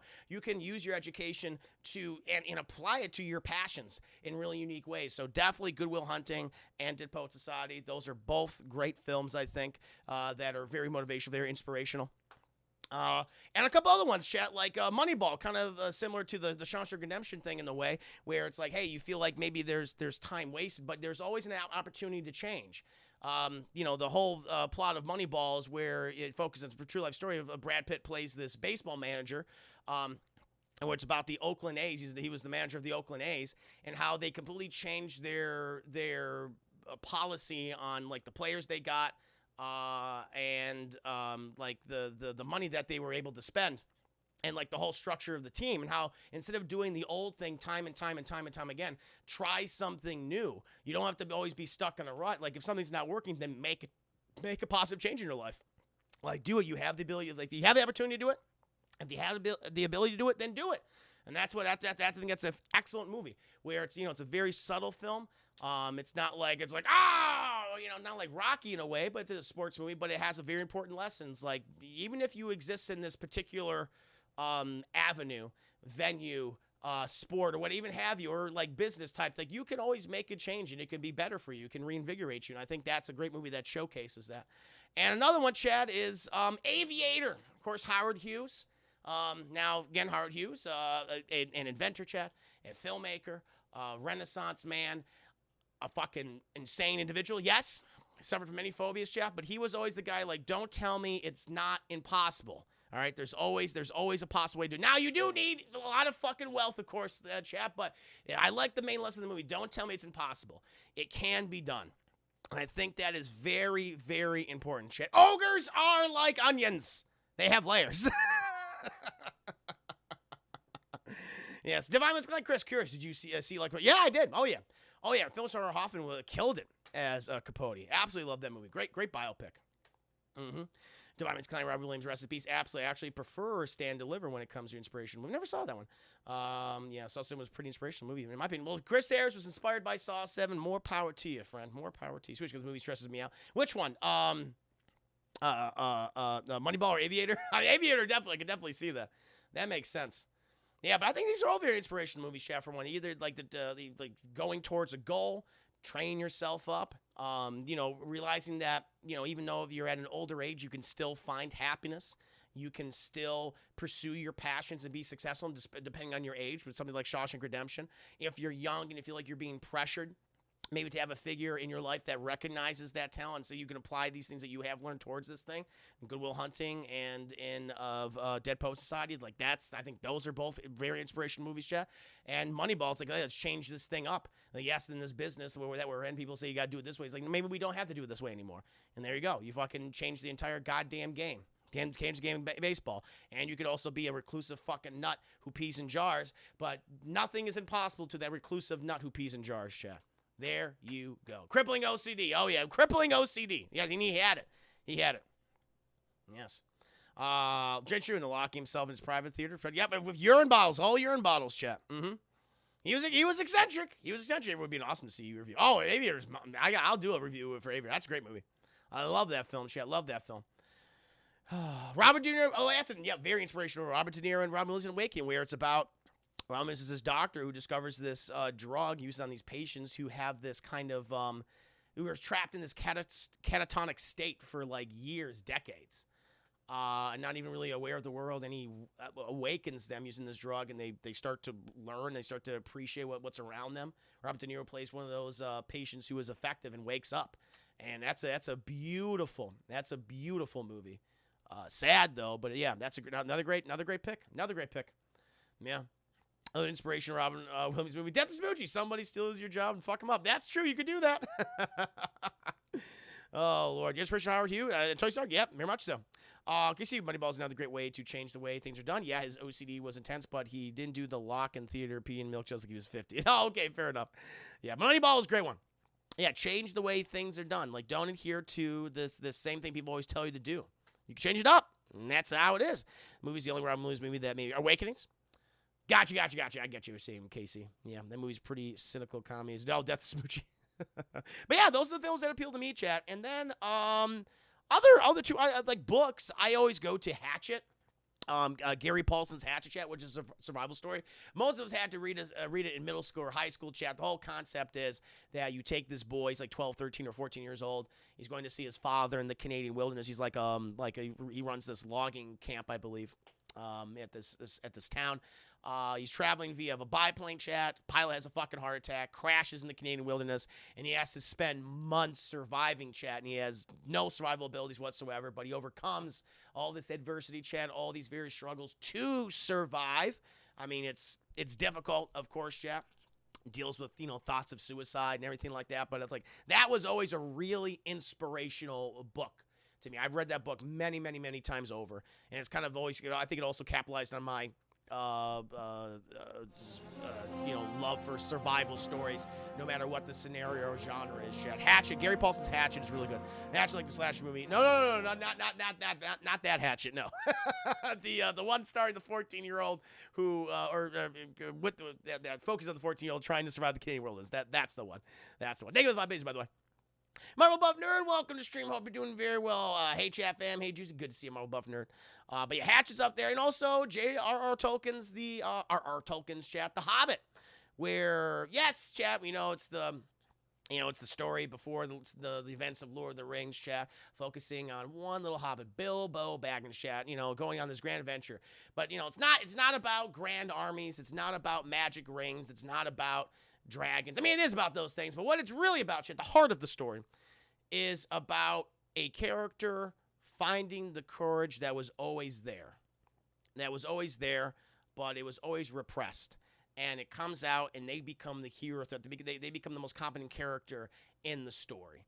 And I've always loved The Hobbit. It's my favorite work of J.R.R. Tolkien. It was my favorite book, even like the Lord of the Rings books. I like the movies. I love the movies, Lord of the Rings movies. Not so much a fan of the Hobbit films because they lost the point. They lost the point of what that book was about. It was about this single, seemingly ordinary, insignificant character becoming so important and find the courage within themselves to do what needed to get done. Bilbo got that shit done, chat. Okay? All right? He did it. He set fucking events in motion, chat, that he, forced upon his nephew, sure. But he set those events in motion, chat, and he recognized the courage within himself. And that's why Bilbo Baggins, only 3 feet tall, is the greatest hobbit of them all. All right? Boom. That's how it is, chat. Oh, Lord. It did not need 3. It needed one movie, and we've been good. Maybe 2, but one movie could have been fine. 1 3-hour film, boom, that's all you needed. We would have been great. We would have been better off for it, chat. Not traditional inspirational movie, but the purpose of it's a good one. You don't have to let clicks define. No, that's an excellent pick, DT Darkslayer. No, that's a very inspirational movie. Yeah, don't let these clicks, don't let fucking high school define you. If you just put people in a room, they'll eventually start talking to each other. That's absolutely true. They'll find things in common, find things to love about each other. That's perfect. John Hughes really tapped into, what it was like in high school at that time. Still is to this day. Still applies. Dated in some aspects, of course. But overall, still, there it is. The DNA chat. 40 fucking years later, still there. Nearly 40 years later. No doubt about it. Bilbo, thank you for the videos. I did that shit. You did that shit, Bilbo.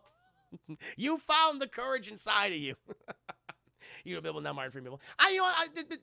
Listen, Martin Freeman, I think, was perfectly cast as Bilbo.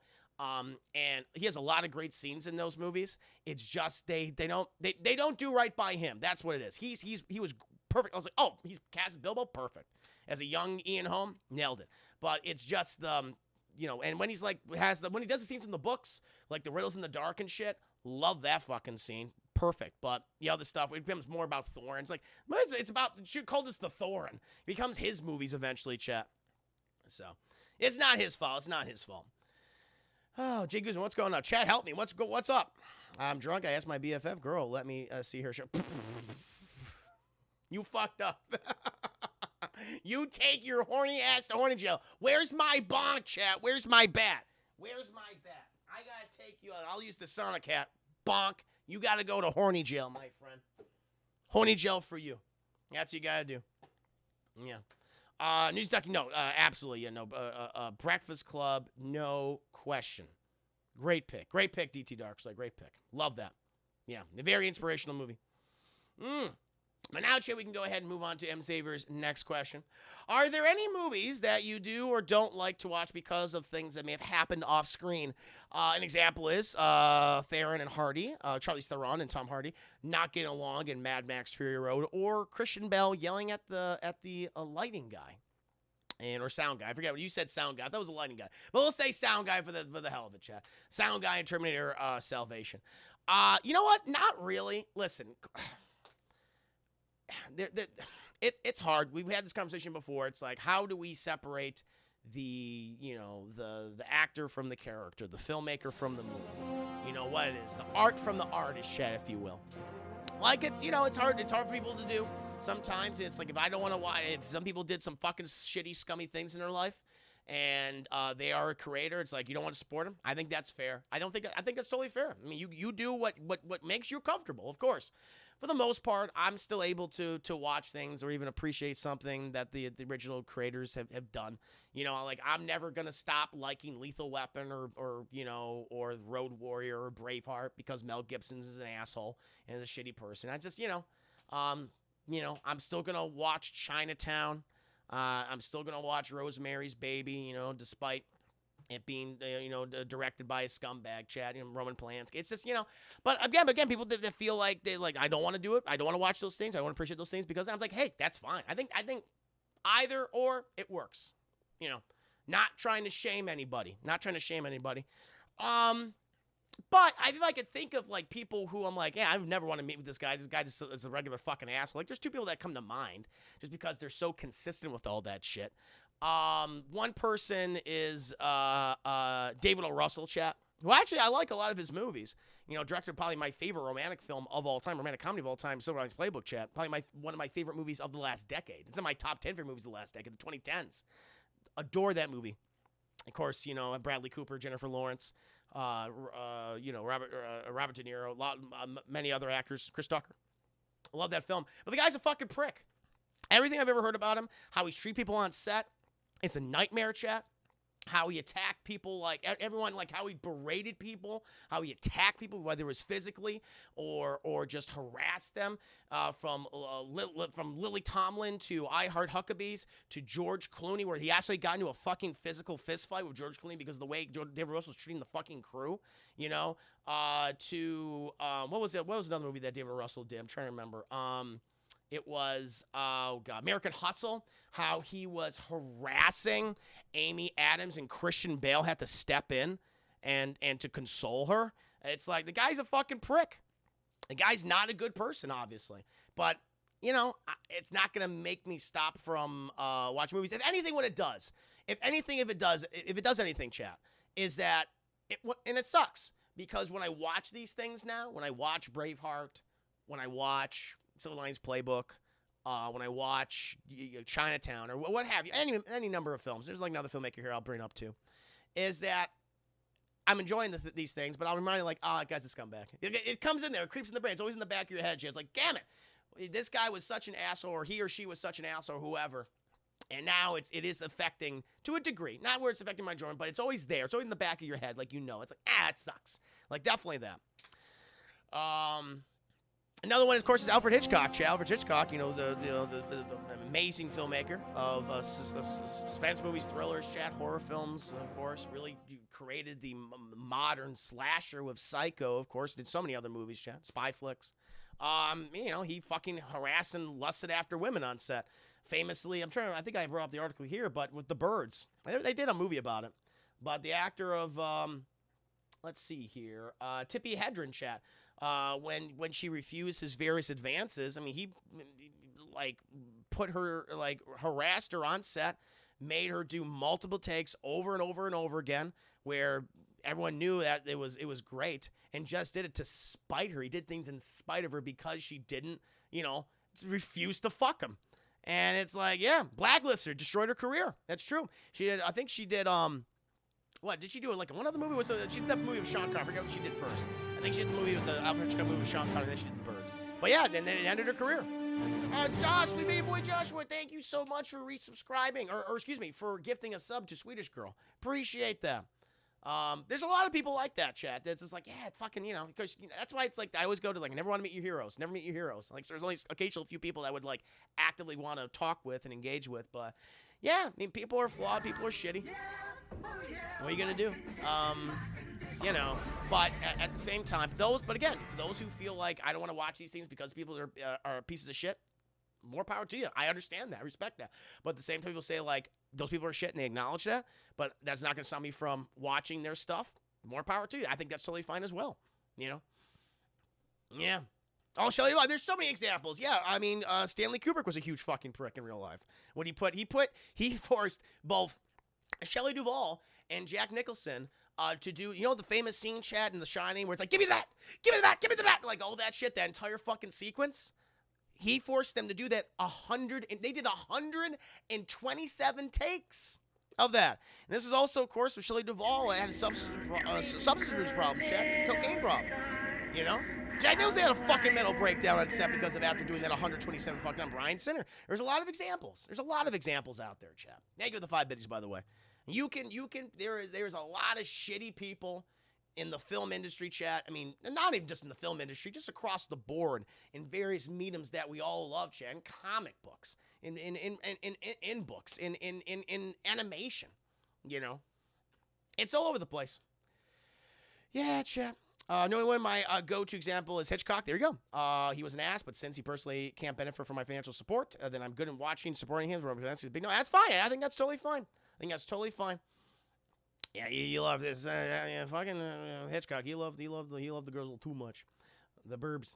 Shark Juice, I don't think it's fair to boycott a movie because one person is an asshole. There's hundreds of people who worked on the movie and that had to put up with that person.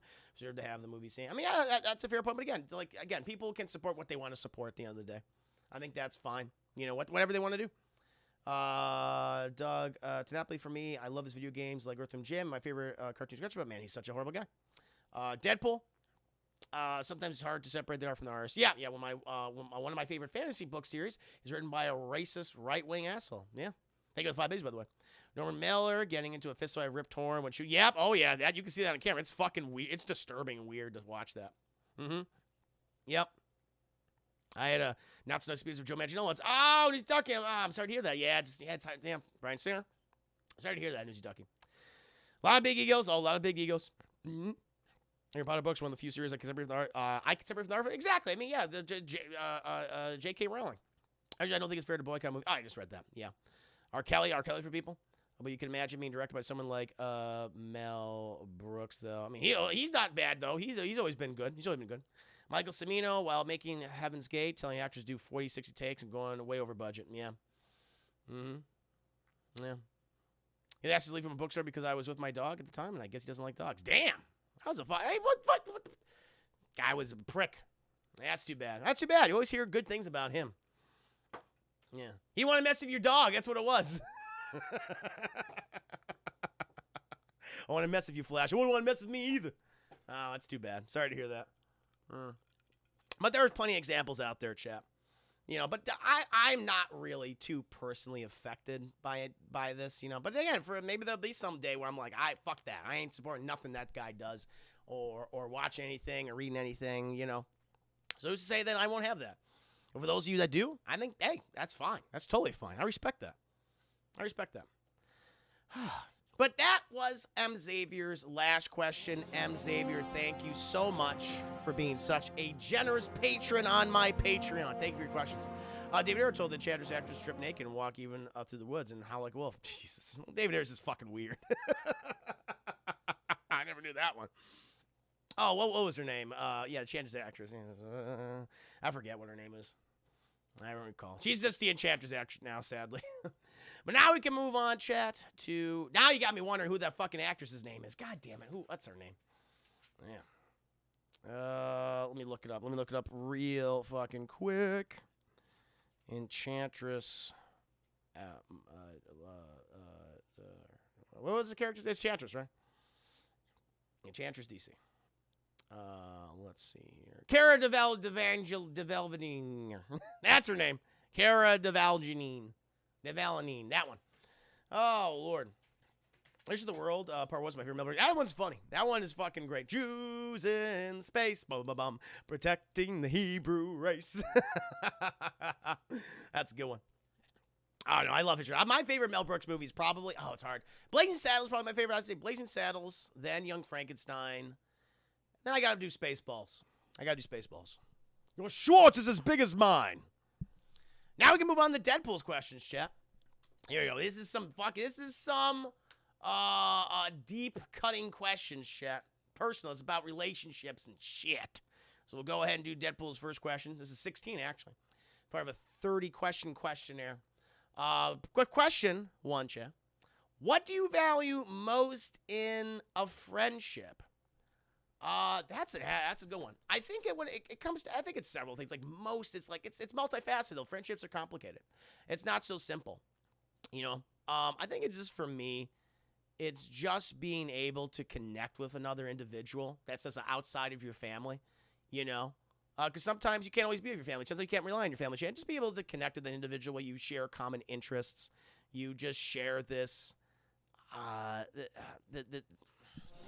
this sense of camaraderie, where it's like you feel comfortable talking. It's like it's unique, chat. Like, you know, humans are very social creatures for the most part, and like outside of our families, you know, we got to make connections. And when you're able to find someone and establish a relationship and a rapport, I think a sense of rapport is very important, because then that's what makes that relationship so successful, you know, outside of your family.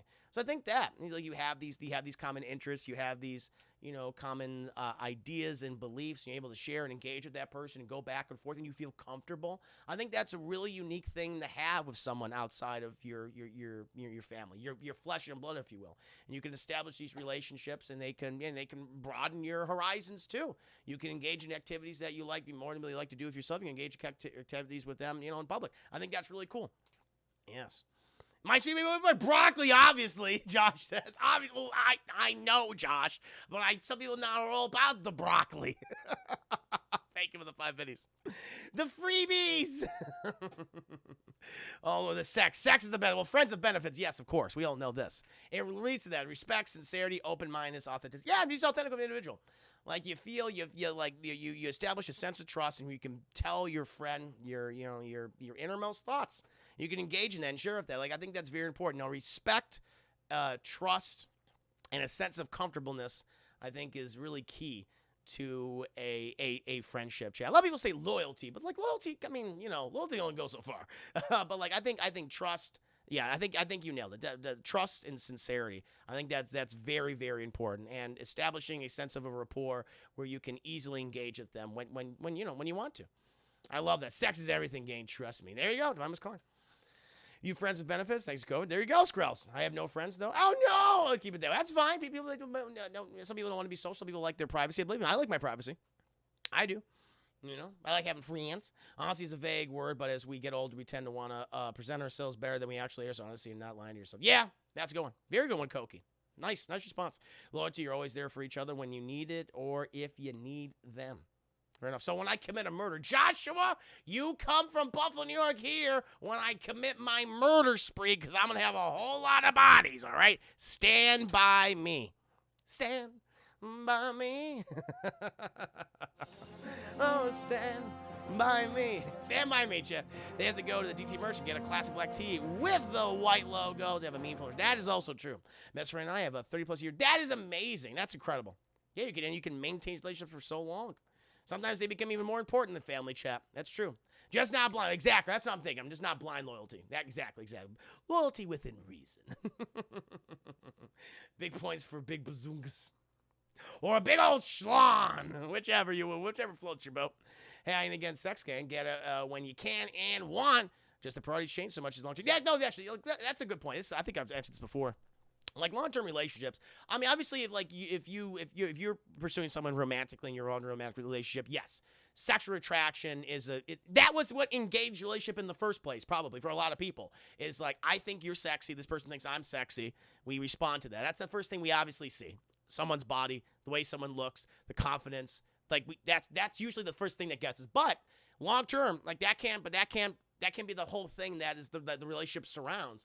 It has to be common interest. It has to be just that sense of like understanding of each other about what each person needs and wants and desires in that relationship. It can't just be about sex. Can't be just be about good looks. Eventually, that's gonna fade away. It'll happen to all of us, chat. It'll fade away. So you have to. It's very important to see like, okay, what is working about this relationship? And that's good. That's a good one. Very much. I'd fuck me hard. Bana. Intimacy, indeed. There you go. I just got married 32 years. Boom. There it is, Shep. The issue was 9 years ago. After that, I'm not doing the relationship thing anymore, and this is after knowing I actually want one. Okay, fair enough. Be sure. Well, once it fades away, you upgrade to the newer model. No. Don't do the Donald Trump. Oh, better burn out than fade away. Oh, you guys are a bunch of silly billies. But no, it's important. No, it's like you can't. Yes, that's what initiates typically relationships, chat, but there has to be more there. Has to be more substance, of course. Once you find that, it's great. Yeah, buddy, I'm late. Start over. Also, hi. All right, chat. The next hour, 51 minutes and 40 seconds, I got to restart. I got to restay. We're talking about how you need more than just sex in a relationship, Nia Brownie. It needs to be grounded in other things, not just the sexy times. Brownie, wowie, I'm married to this DTE fan, bro. That's fine. That's a good relationship to have. They'll always stay by you. They'll always stand by you. Yes, they will. Oh, it's very true. That's how my girlfriend came up to me when I first met her. You gotta have common. You gotta have common things. Yeah. Well, so I guess so. I don't think that's gonna agree with me. I don't know. But now, chill. Move on to Deadpool's next question. What is my most treasured memory? Oh my God, that's a hard one. I didn't really prep. I'm gonna shoot from the hip for some of these questions. My most treasured memory. Oh boy, I don't know. It's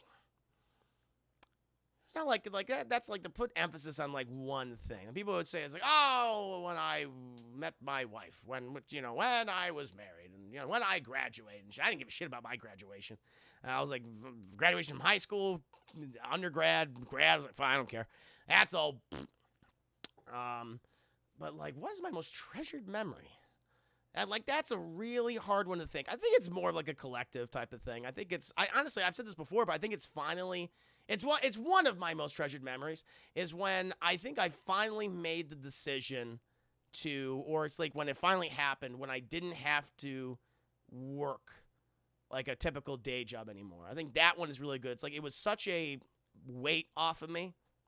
Where it's like I can support myself now, I can do all these things, and it's not just like, yeah, I get to play video games all day, I get to do watch movies and talk about movies and cartoons.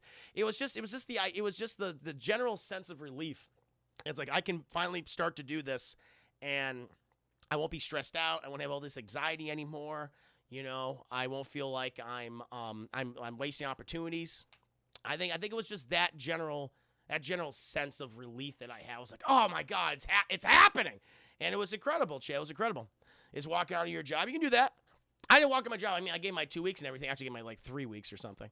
But I think that was big. You've become the master. Yeah, I'm becoming the master of my own fate, Che. That was a very happy memory, I think, for me. The sense of accomplishment, Chris, must have been great. Yeah, really, thank you, Mom. Yes, it was. It was that. It was just like, I can do this now. I can take it. And I can expand upon it. I can make it broader. I can bring new people. I think it was that general feeling. Not that it was like a specific memory. It was like an instance. It was just like that thing that happened over that period of time. Like, that was really positive for me. It made me physically and mentally and healthy, I think. Healthier. Yeah. Her just when Liverpool finally won the 2018-19 Premier League. 30 years of waiting. There you go. If one best moment in your entire life, probably your life probably sucks. Yeah, it's a collection of things. It's little things. It's little things, chat. What are happy memories of Swedish Girl? One when you sacrificed all those people to the Swedish chef god. Obviously on Midsummer, Nia Brownie. When you made the Swedish meatballs.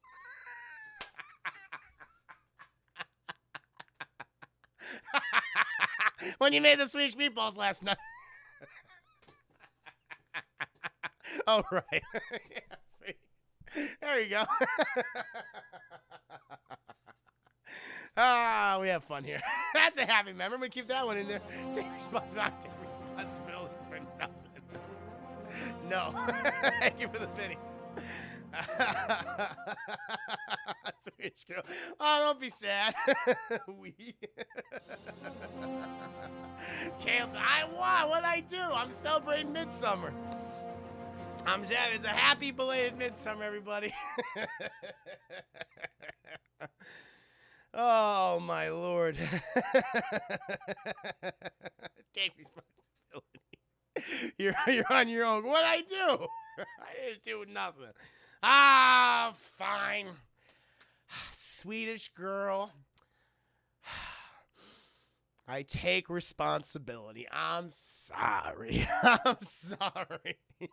I will sacrifice. I will be the next human sacrifice for Midsummer next year. You gotta invite me to Sweden, though. You gotta let me in. You gotta let me in. Oh, did I combine their names? Is that what I did? Did I say Nia Brownie? Shit. Whoops. Swedish Brownie. That sounds delicious, actually. And so to the Phantom Zone, you called her Naya too. What is it with that? I don't understand. I don't understand. Naya Brownie. Swedish girl, that's the one. I take responsibility. I'm sorry I confused your name. And Swedish girl, I'm sorry that I talked about Midsummer and how it was about human sacrifice and Swedish meatballs. I'm sorry about that. I'm sorry about that. It's all in good fun. It's all in good fun. It's all in good fun. Do yours, sir. My memories when you insulted Swedish girl and she said she had to deal with the white.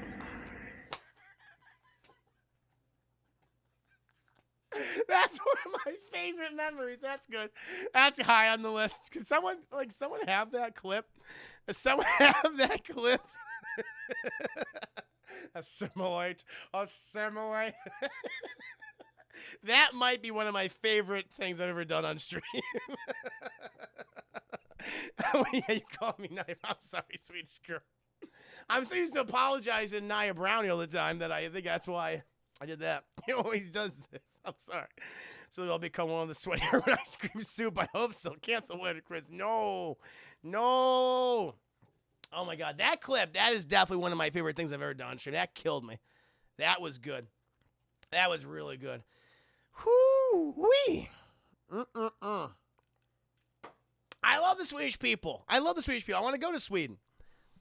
They have a wonderful culture. They seem to have a sense of what their government policies actually help the people. They have a fantastic health care. They live to a ripe old age there. It's cold as fuck, but other than that, it's pretty nice. Name 2 Swedes, Chris. Swedish chef. That's one. Swedish chef. And, got that one. And, the guy, Tormund Giantsbane. There you go. Got it. You got the hefty meats like Arby's. Okay, I'll show myself. Look at that. Why is Nia Brownie canceled? You can cancel Nia Brownie. So we're going to show Switch Gummies clips going to be banned for life? No. They'll accept me with open arms, chap. Because I love Sweden. Their meatballs are delicious. Yeah, they are. If you ask Swedish meatballs, they are good. I want to Sweden because they're wonderful cultural. Chris, there's only pork. What? That's one of their celebrities. What do you want from me? I'm in their homegrown meats, the humankind. Oh, my Lord. Oh, Swedish girl, you're such a good sport. Cheers to Slutty, Swedish girl. May the wings of never lose a feather. Shake the pillows of heaven as we speak. Always an absolute pleasure to have you here. Thank you. Let's get some Mr. Revenier's Mr. and Hypes for Swedish girl chat. She deserves it. It's putting up with me all the time. Oh, my Lord. Having fun here on this stream. There it is. BRB time for a meme. I can't wait to see this meme. I'm very excited. I'm very, very excited. There you go, Swedish girl. Send you all the love of the Revenite Juicy Gangster community. Here's me Swedish ship, not IKEA or ABBA. Oh, yeah, them. I guess them, too. Oh, the beautiful people. The beautiful people, chat. But now we'll go ahead and move on to Deadpool's next question as Nia Brownie prepares another meme, which I'm very excited about seeing. What is your most terrible memory? Oh, God. I think we always remember stuff where we were always awkward in school or whatever. So all of that shit. When we're just figuring ourselves out and stuff and doing embarrassing things or being the butt of a joke in school, everyone laughing at you, or being bullied. I mean, that's all kind of mixed into there, I think. Whether it was in middle school or high school. Hell, elementary school. No, I have an answer because it stayed with me. And it's a school one. I've talked about this on stream before, I believe. And it was in kindergarten. Like, I was off to a good start, chat. I talked about this before. It was 2 scenarios in kindergarten, chat.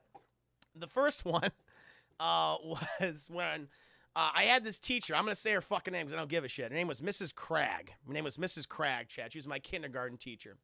And she just had it out for me. Actually, I had like 3 different scenarios. I had 3 different scenarios, Chad, I think, with Mrs. Cragg. 3 things that happened. These have always stuck with me. I think the first thing I didn't lay down a good relationship with Mrs. Cragg, chat, was I went to so for context, I went to at least for kindergarten, a Catholic school. And so it was very religious and shit. Then I went to a public school later on for elementary and then middle. And eventually went back to Catholic school in high school. Josh knows this. But in kindergarten chat, like Mrs. Cragg, we always had story time. Like typical kindergarten shit. We'd always do fucking story time and sleep time and nap time and great times, right? And we'd have story time. We'd read books and shit. But Mrs. Cragg, she would always fucking pick books about Jesus. Like all the goddamn time. It was always a fucking Jesus book. And I remember, and we all had like our little pillows, and we're all relaxing and shit like this, you know, like what a day, what a day. Let's see the next fucking what we got on the docket, Mrs. Cragg. And Mrs. Cragg, she's like, lo and behold, Chad, like who would have thought she picked a book about Jesus, and I said. Like this shit, like a goddamn stud. I said, why we always gotta be talking and reading about that guy? And you could hear a fucking pin drop in the room, Chad. And she said, oh, and this is great. She said, go to the prayer corner and ask Jesus forgiveness. And I'm like, and so I didn't know what the prayer corner was, chat. I didn't know that was the thing. And so I just left the room. I literally opened the door and left. I was like, I don't know what this fucking prayer corner is. And I went back inside. I was like, I don't know what this is. I didn't really listen to her very much. And she says, it's over there. And she forced everyone to watch me. Like they all grouped around her. And she put me in the prayer corner alone. And she's basically said all these fucking words that I repeated about asking Jesus for forgiveness. And I was very bad for saying that. That happened. That was a big one. Damn, I feel the teachers from 3rd grade till high school were fine as well. Mrs. Cragg was not. Her name was Mrs. Cragg, so she didn't have a lot going for her. That's fucking creepy. It was horrible because coming with pitchforks and they really did. So that was a big one. The second one with Mrs. Cragg, chat. Oh yeah, this was fucking weird. It was actually during story time. Again. And we again, it was a Catholic school, so all the fucking floors were all fucked up because they didn't have the budget to fix them. And we had like weird, like, I guess tile floors. I guess they were tile floors in the classroom. It was very odd. Ceramic. And Mrs. Cragg was reading, what do you think she's reading about, chat? Jesus. She's reading a Jesus story. And I remember just being on the floor like, this fucking guy again. And I remember seeing like a Goofy sticker. I remember it was a Goofy sticker, chat. Classic Goofy with the blue vest and the orange turtleneck shirt and the green hat. And it was on the floor, and I was just like picking at it. I was like picking at it because I was like, get the sticker off because it's on the floor. And then for whatever reason, she spots me doing this. She's like, you put that sticker there, you deface the floor, no ice cream. Because we were going to go for ice cream afterwards. It was like a special day, like once a month we would go for ice cream. I'm like, oh! And so I had to stay behind, chat, because she said that I put the sticker on the floor, defacing the already fucked up floor, which I didn't put that sticker. That sticker was already fucking there. That sticker was already there, chat. And you were sinful heathens since kindergarten. I was. It was already baked in there, chat.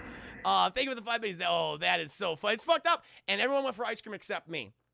I think I went to the principal's office too.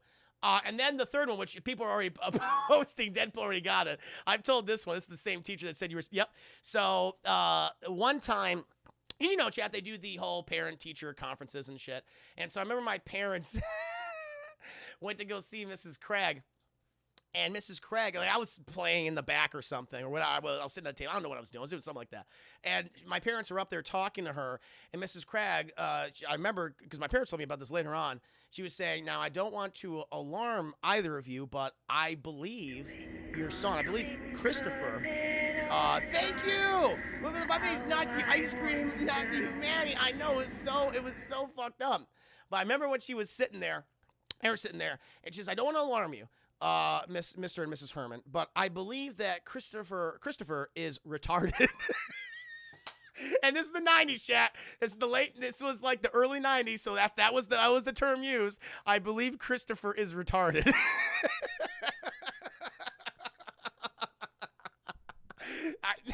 Hand to God, Shan, hand to God. And she said, I think he's either retarded or he's hard of hearing, like he's deaf, like I'm deaf. And the thing is, chat, I just didn't fucking listen to her. I didn't give a shit. I was not really a good student really until, I don't know, maybe high school. I started like, maybe not. I mean, I guess I was an okay student. I sucked at, math and Latin. Josh knows this. But on all the subjects I was pretty good in. But I just didn't fucking care. And then my parents actually did test me for hearing and stuff. Like I went to an ear doctor, and they were doing the whole test thing. And I was like, I got it. My hearing's great, but I love it. That was what it was. Those three. That is the most terrible memory I have, Chad. And it's in kindergarten. There's the DT clip that I told a long time ago. I wasn't good in school until college. Exactly. That probably college. And I was like, oh shit, because I gotta take it seriously now. It's my future. I did really well in college. Life hated Kristen. Life hated me from day one. Black said, what the fuck? What the hell kind of teacher says that shit? Man, this is the 90s. They didn't give a shit. Mrs. Crack, she was a special case, too. Not a great person. Once I was talking to my Spanish teacher about what I was going to do after high school, she told me I was too stupid to go to college. The teachers don't give a fuck. Some people are like, they don't care. They just do not care. Especially in the 90s, chat. 2000s. I had a teacher in primary school back in England, Mrs. Appleby, who allowed one of the kids to stroke her legs. Ew. Oh my God, that's fucked up. You were especially because they have a heathen vampire influence. I guess so. The meme has been posted. I'll go behind my bush now. I gotta see this. Nah, you gotta. Did you hear the stories? You gotta watch the VOD later. Nah, you're gonna love them. You're gonna dig them. My most terrible memories, which are from kindergarten. Yeah, my brother went to the same grade school as me, but when he went, he had nuns, same as parents, straight up, beat the shit. Oh yeah. Josh and I, I won't bring it up here. I'll talk about it later. But let me go ahead and see this new meme that Naya has created. Chat. I'm very curious. I was listening. I'm not. We Todd did. Yes. Let's go and do it. All right, let's see what this meme, chat. Discord. I'm very curious. You go to community college or uni? I only went to community college, and still there. Finishing up my credits, get into the film and transfer my credits. I went to state universities. I went to State University for undergrad and State University for my master's, for my graduate education. Because I think my teacher told me and my mom when I was kindergarten that I probably wouldn't ever be able to walk from home to school or from school to home by myself. Oh, damn. Thank you for the 5 minutes, Chris Ayers. You can't do it. You won't be able to do it. Oh, Lord. Let me see this new meme created by the Brownie. By Denia Brownie, chat. Oh, we got.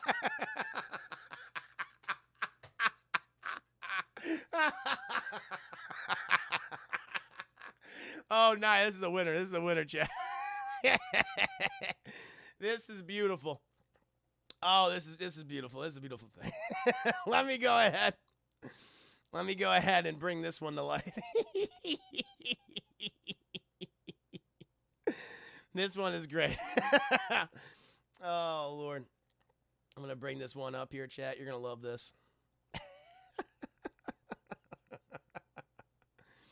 Oh, Lord, yes. Is it too late to take my board back? Oh, it's me. There it is, Chad. There's Jack Rayner, who is my doppelganger in real life.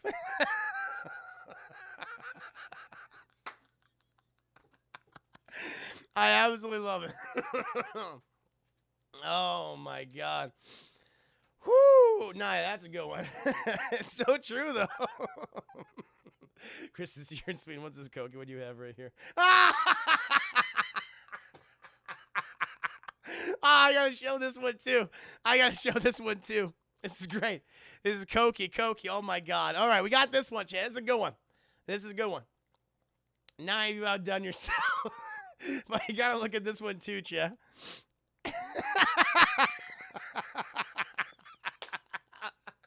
Oh, my Lord.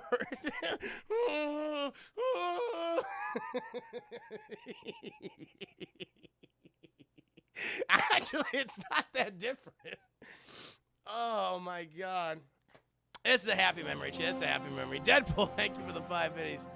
When I was high school senior, I had a female teacher in her 20s who told me she loved me. Whoa! I didn't know what to say, and it was awkward looking back. It feels like I missed my shot. No, man, that's abuse. Jeff's because.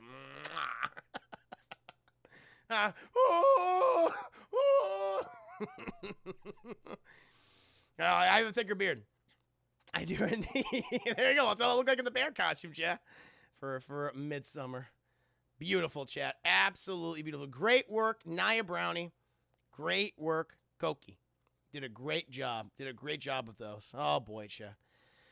Oh, Lord. Chat understands me. They do. They do indeed. Wow, joking, chat, joking. So much laughter, so much fun. So much fun. Oh, my God. No matter what you think as an adult, you don't want an adult doing that to you kids. Exactly. Yeah, it can mess you up. Yeah. Oh, Lord. But now, chat, we'll go ahead and move on to Deadpool's next question. We'll continue with all the funny stuff. This is question number 19, chat. Question number 4, technically. If you knew that in 1 year you would die suddenly, would you change anything about the way you're living now? Why? Oh, boy. Man, that's a good question. I think what I would attempt to do is I would do, it's several things. So I have a year left. I would definitely travel at that point. I would use whatever money I would have, and I would plan to travel, and I would see the fucking world and take the best in. And I'm not talking about living in the lavish hotel rooms. I'm like, no, I want to fucking travel. I'm going to backpack. I want to see what life is like all around the planet. I think that would be very important to me. So finally, because I've never left the continent, chat. I've been, of course, to Canada. I've only been in the United States. I've never been to Mexico. So I want to do like backpack through Europe, backpack through all these different countries and things, and just travel and just experience it, chat. Like sit at a fucking, I don't know, a tea shop somewhere, like a bazaar somewhere in Southeast Asia. Go to the the Middle East, go to the African countries, go across Europe, go to South America, experience all these different cultures and things. Like I would actively do that. Be like, all right, with the money I have, I'd be like, all right, let's fucking do it. I would do it, and I would make the money I had last with all these various experiences, and I would try my best. And then I would do probably, it's like once that's done, or, maybe I would do that with me the last thing I do.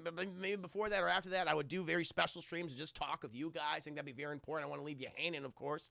I would still keep playing all these things I've always wanted to play, engage with you guys, just have fun in general. Be with my family to a degree, hang out with my friends again. Just do something like that, but just live the life to the fullest by any means, take every opportunity to do so. I think it'd be very important, but travel, interact with my friends and family again, interact with you guys in the best way possible. And take you on the road with me. I'll do my streaming series, but it would be on the road. We interact. I'm sitting here like that. That's what I would do, Chad. I'll buy the necessary equipment to do. I'd be like, this is where I am. I do just question and answers, just talk with you guys, engage with you as I travel, share my experiences with you, all these stories. I think that'd be very, very important. But I definitely want to travel. I want to make you guys a part of that travel because you guys have made this part of my life possible. And, as I said before, like, that's one of my happiest memories where I was able to do this for a living. Like, you guys have had such a positive impact on me. Like I said, made me mentally healthier, physically healthier. And I would want to make you a part of my journey in the last year of my life, going to all these different places, chat. I think that'd be very important, and just making that real. I think that would be really, and also spending time with my friends and my family, I think that's what I would like to do. Thank you. Oh, thank you. Also, Nick, if you ever travel, don't tell Jar and Steve Buscemi. I will not. I'm going to do that for money. You guys want to hear a story? I need nickels. I'm doing well. Thank you, Austin. How are you, friend? Oh, call me Hazel. Hi, Carmi Hazel. Welcome to stream. Hope you're doing well. Good to see you. I'm sorry I did not acknowledge you. I like how GC hasn't witnessed me. I'm witnessing you now. Call me whatever. No, I was opening up my soul. Oh, Lord. I was opening up my soul. Dark Side of 5 days, and during your 5 months, you'll still get Nia Brownie and Color Me Hazel mixed up. I still will be like, I love Color Me Brownie. Whatever.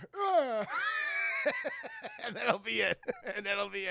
Witness me. That'll be it. I think it'll be beautiful, chat. Yeah, go on the road. Take the Revenites, take the Juicy Gangsters on the road, chat, and experience the world. I'm not talking about not lavish hotels. It's like experiencing a culture, eating the fucking cuisine. That's what I want to do. I think that'd be really fun. I'm going to probably leave 10 minutes. That's sweet of you, Chris. There's a reason why we all here on Saturday evening. Thank you, much love. But thank you. No, yeah, I mean it, chat. I think that's what I would want to do. I want to travel. But not like live the lavish, like I'm going to be in a 5-star hotel and eat, filet mignon every day. No, it's just like traveling the fucking world and seeing the culture for how it is and, just sitting down and, talking to you guys and telling you what I've seen, and experienced. I think that'd be really important. That was something I would definitely want to do. Just go on that life-changing journey in the last year of my life. Hopefully, all my faculties will be working too. I won't be like, oh, like dying. I hope it'll be like, just like, okay, last week it's gonna be rough, but everything else before then, you'll be good. You'll be golden. Thank you, Stranger, for the 5 biddies. All about the Jesus-obsessed teachers. Yeah, I know. Now, right now, I'll go visit Swedish Girl by myself because I can't afford to get mixed up with random civilians bringing chat with Chris with me. I'm gonna go to Sweden. I'm definitely gonna go to Sweden. I'm gonna visit you, Swedish Girl. I'm gonna go to Sweden, Koki. I'm gonna go to Japan. We're gonna hang out. I'm gonna go to Hawaii. Gonna get calling me Hazel. Gonna hang out with her. It's gonna be a blast, chat. It's gonna be a blast. All you guys living in all these different countries, I'm gonna find you and we're gonna talk. Canada, I'll go back to Canada. I'll go back to Toronto. So many different things. No, you're not, Chris. No, I'm gonna be dead. I'm gonna be dying. What about this? How about this, Swedish Girl? How about Sweden will be the last place I go, and I'm like on death's door. You put me in the bear suit and sacrifice me to your pagan gods. How about that? Does that sound good? We can literally have midsummer chat. The prophecy will come full circle. You will literally have me at the end of my life looking like this. At the very end, chat. It's like, well, chat, here I am. I'm in the bear suit. They just started the fire. Okay, here we go. And there it is. That'll be the last thing that'll be a fucking epic stream, chat. We can do that. Is he personified TBI? Exactly. Hey, I'm going out with fucking I want to die in my bed. I ain't dying in my fucking bed, chat. Like, no. I want to be inside a disemboweled bear while just, on some weird fucking shrooms inundated with alcohol and various illicit substances, chat, and not able to move and be like just kind of lost in the world except for like a few like little moments where I'm able to say goodbye to you guys and then literally have this giant Swedish teepee just burn me alive. That's what I want. Let's fucking go. Prague? Hell yeah. Fine, but Juicy's paying for everything. I'll do it. I'll have the money. It doesn't matter. I'll get all these credit cards. I'll max them out and shit. I'm like, I don't give a shit. Max these out. Hell yeah. Hell yeah, I would. I'd be like, I don't give a damn. I don't care about debt. Yeah, but you guys, sure. I'll travel all across the United States. I'll go to some cities. That I've never been to before. Yeah. I'll make it work. I'll make it work. I'll have to rely on you to, like, stay. Like, I got to, try to make this money last. So I'll have to ask some of you guys if I could stay with you. That sounds like fun. Yeah, see, it all worked out. If in New Orleans, I want to go to New Orleans. I want to travel different places like around the country. New Orleans would be great. Go to Bourbon Street and shit like that. Have some of that cuisine. Like, I want to eat. I want to fucking eat, chat. I'm going to eat all the buttered noodles. Everything. Going to carry your family with all that debt? Yeah. Yeah, probably. Oh, fuck, they can handle it. They'll be able to handle it. And the other thing, too, chat, this is how I would do it. I would ask you, it's like, okay, in order to keep me going, I would ask for donations, chat, for keep producing this content. I'd be still reliant on the income I get through Twitch and my other various platforms, chat. I don't know anymore. It's like, don't come here. No. Would I do the next LA show? Like if I'm gonna die, I'll do like a final DT show. I would do like a final, like, here I am, everyone. It's me. Donation would be exactly. It's going to a good cause. Yeah. My travels, my journey of reawakening. Chat, in death, I finally found a way to truly live. There you go. It would be great. Yes, indeed. We're going to we're definitely going to be doing New York, though, this September, chat. It's going to happen. Mr. Evan, before I die, here I am, everyone. Now eat me. Consume my body. You provided me, chat, with nutrition, and now I bequeath it back to you. Consume my corporeal form. Yes. Oh, it's a fly. Ah, fly. Like I already said, I'd run around slapping every pea in sight while dressed like the Hamburglar. All right. Well, everyone wants to experience, their last moments in a particular way. So Naya would do that. I'm banned from Sweden. No. Oh. We'll be doing DT live in LA. Oh, well, eventually, Bill. Eventually, we will. Like, yeah, someday. We're doing New York first, and then we'll do eventually LA. But LA's not. We don't have that like set yet. New York is set. I know that. Yes. Yeah. Corey knows more than I do.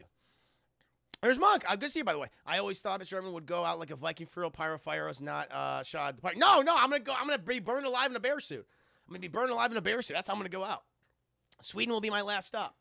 Apple Juice, Daddy, why do we live in a box? You see, because, son, wanted to visit people I've met over the internet. Exactly. Yeah, it'll be fun. It'll be a great goddamn time, Chad.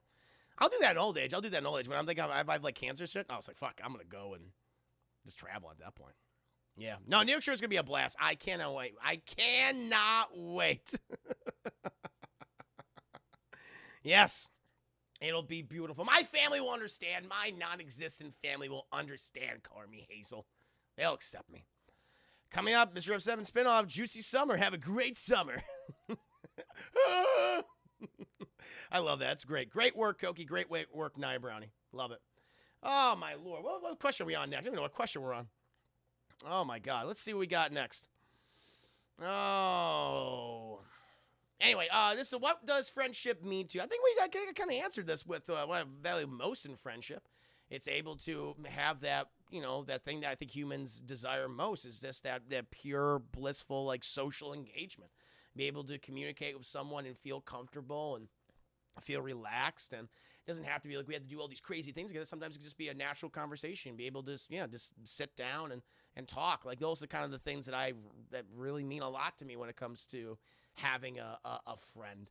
It's the quiet things I think with a friendship that mean the most. Able to do things together where doesn't have to be crazy, but you just feel comfortable around each other.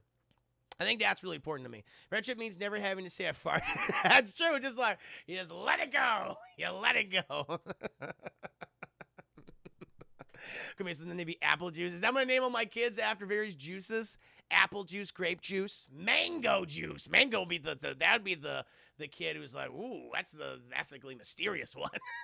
Mango juice. The best friend is listening. Best friends are maybe listening. Yep. Friendship Sub-Zero wins. Oh, real friends are with you in the highs, especially. Exactly. Yep. Very much so. They are there with you. It's true. I just like someone who doesn't judge us right. That's true. That's also very important. Someone that just doesn't judge you, doesn't, trying to lord their successes over you. They're going to be very understanding and kind. So we need chat. So we absolutely need. But yeah, it's just sometimes just the quiet things for me. To have a good friend, to listen, to engage with, just to hang out. Friendship means never having to have sex with them. Exactly. That's part of it. Like, friends and benefits. No, thank you. I'm good. I don't need that extra benefit. Just need friends. Friends is good. Able friendship is the person who can help you clean up the crime scene. That also, too. Josh, I might need you soon. We know who is a great friend in media, Lil Ray Howard and Get Out. That's right. He fought. Oh, my God. Hell yeah, he was. TS motherfucking A. Goddamn right. So someone that doesn't purposely make you feel like crap when you are already feeling crappy. Yep. Friend is having someone to piss in the parking lot with while shit-faced. These feel very personal, Naya. No, I had best friends. It's going to be Hazel. Oh, Lord, I love it. So good. These are some great answers, Chet. These are some great. I don't know. That's a good one. I think that's a good one. That's a fair answer. Friends are people who like to make plans only to bail on you last minute. No. Those aren't true friends. Sometimes they just get busy, though. Some friends get busy. They get lives. But now, friends, Chat. You're my friends, Chat.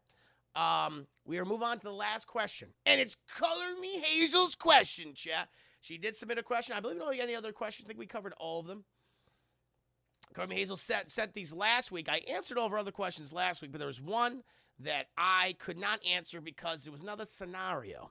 It was another scenario that Color Me Hazel asked me to create for you guys. And I needed time to figure it out. Okay? I needed time to give it a robustness, a setting, characters, a plot. Okay? A beginning, a middle, and end, chat. A sense of conclusion. And this is Color Me Hazel's question, chat. Or it's a scenario she presents for me to create. She's asking me. Create a movie plot for Juicy Gang in an apocalypse scenario with a monster involved. You can do this next time, which now that time is now, chat. Next time is now. But this is my idea, chat. This is my idea, okay? There is an apocalyptic scenario happening, chat. This alien race has invaded Earth, but they're not fucking getting their hands dirty, okay? Like, no. No, they're using biological, mechanical warfare, chat, okay? Bioengineered warfare. And they're sending these amorphous blob-like creatures down upon our planet, chat. And what these things do is, this is what they do.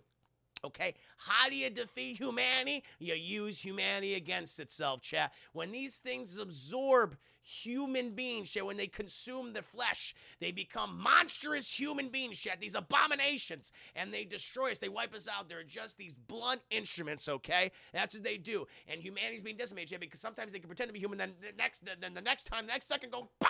And they bonk you over the head, and they smash your brains, and they're feeding on your insides. It's kind of like The Thing. It's kind of like The Thing, chat, in a way, where they look normal and then they break out and they become all monsters because these blob-like monsters, they've absorbed so many other species across the galaxy, chat. They retain that, so it's like a combination of that. It's like really cool. So I love that. That's the scenario, chat. And so, but thankfully, chat, thank God, I have attained great fucking wealth. All the babies are dead. The babies are dead too. They're all gone. All right, the grandma, she got punted by one of these monsters. It's happening, chat. I don't make the rules. I'm just setting up the scenario, okay? It's not good. But, however, some people have obtained great wealth, such as myself, chat. I have become the king of streaming. I have become so popular. Ninja got nothing on me, all right? And I have used my great wealth, chat, to create a doomsday vault. A doomsday vault, chat, that is miles long. It's so cavernous, chat.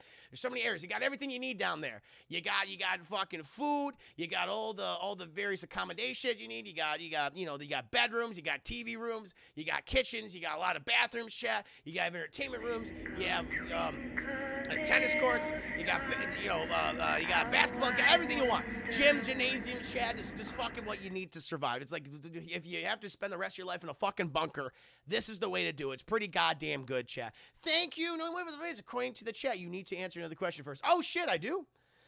Oh, shit. Oh, I'm going to do that in a bit. I have to answer this one first. Because I'm on a roll right now. Dark Light Anime, welcome to stream. Hope you're doing very well. A chock full. All the Herman soup that you want. Why am I canceled? Why am I canceled? I'll put a pin in this. What's my other question? No, you answered the wrong question. What? Huh? What would I gotta ask? I asked you another question. What are you talking about? I'm reading this one. This is the one you asked me. It's the holiday question. What? Let me see what this one is. Oh, the holiday one. Oh. I didn't think about that one. Oh, yeah. That one. I think I missed that one by mistake. Hold on. No. Hold on, let me see. All right. Let me see the questions. Is it? Oh, you asked me this one. Was the create a movie plot scenario must involve physical feature person? No, it's that one. Separate Christian person, Christian Jersey. Was one thing explosion in video games if you have a 3-hour lunch of exact time. All right, I've been busy doing well. Oh, okay. I gotta think about that one. I gotta think about the holiday. I remember you asking that. Like, yes, at the moment, I have not given that thought. Calling me Hazel. I'm sorry. I asked on stream. I remember now. Yeah. I forgot about that one. I need more thought. I will next time, Call Me Hazel. Next time, I'm going to think about this one. I'll think upon that question. Don't cancel me. I forgot, all right? I adhere to the written questions. And, maybe Call Me Hazel should have written it to me and said, I'm just in case Christopher forgets because he's a busy boy. Maybe he'll remember it this time. And you could have done that. And you said you saved for today. I forgot. I'm sorry. I'm answering this one right now. I was already feeling the scene, though. Exactly. Exactly. But despite that, chat, I've created a bunker. I've created a bunker with all the right living and common gasoline. Wowie wee woo. I ain't gaslighting. I ain't gaslighting. I'm just saying. But I've created a bunker, chat, which I can share with many people, chat. Dozens of people, chat. And I have chosen the only people who mean a fucking damn to me, chat.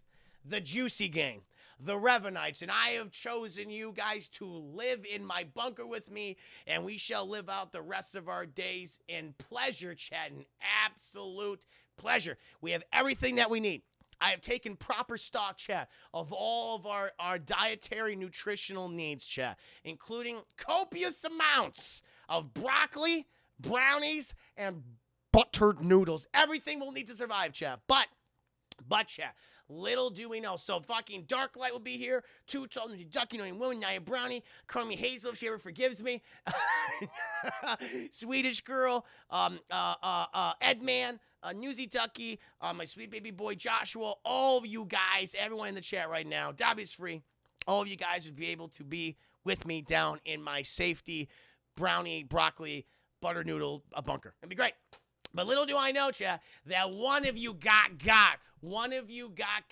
by this thing, by this creature, chat, the blobby blobs. And you snuck in there. You took the form, you absorbed them, chat, but you need to feed. You need to feed, chat. And one time you find someone like eating the stock of buttered noodles when he shouldn't have been doing that, and you absorbed it. But he or she was mid buttered noodle, mid brownie broccoli feasting, chat. They were just stuffing their face. They were mixing the buttered noodles and the broccoli and the brownies into one big goopy mess. And when they were about to start chowing down, this blobby blob absorbs them, chat, and it becomes the brownie broccoli buttered noodled monstrosity, chat. And this thing becomes massive, and it starts attacking all of us, chat. And so the whole thing is, we have to start shutting down certain areas of the bunker, chat, because it's also like splitting off and becoming like really like gross monsters chasing after us and shit.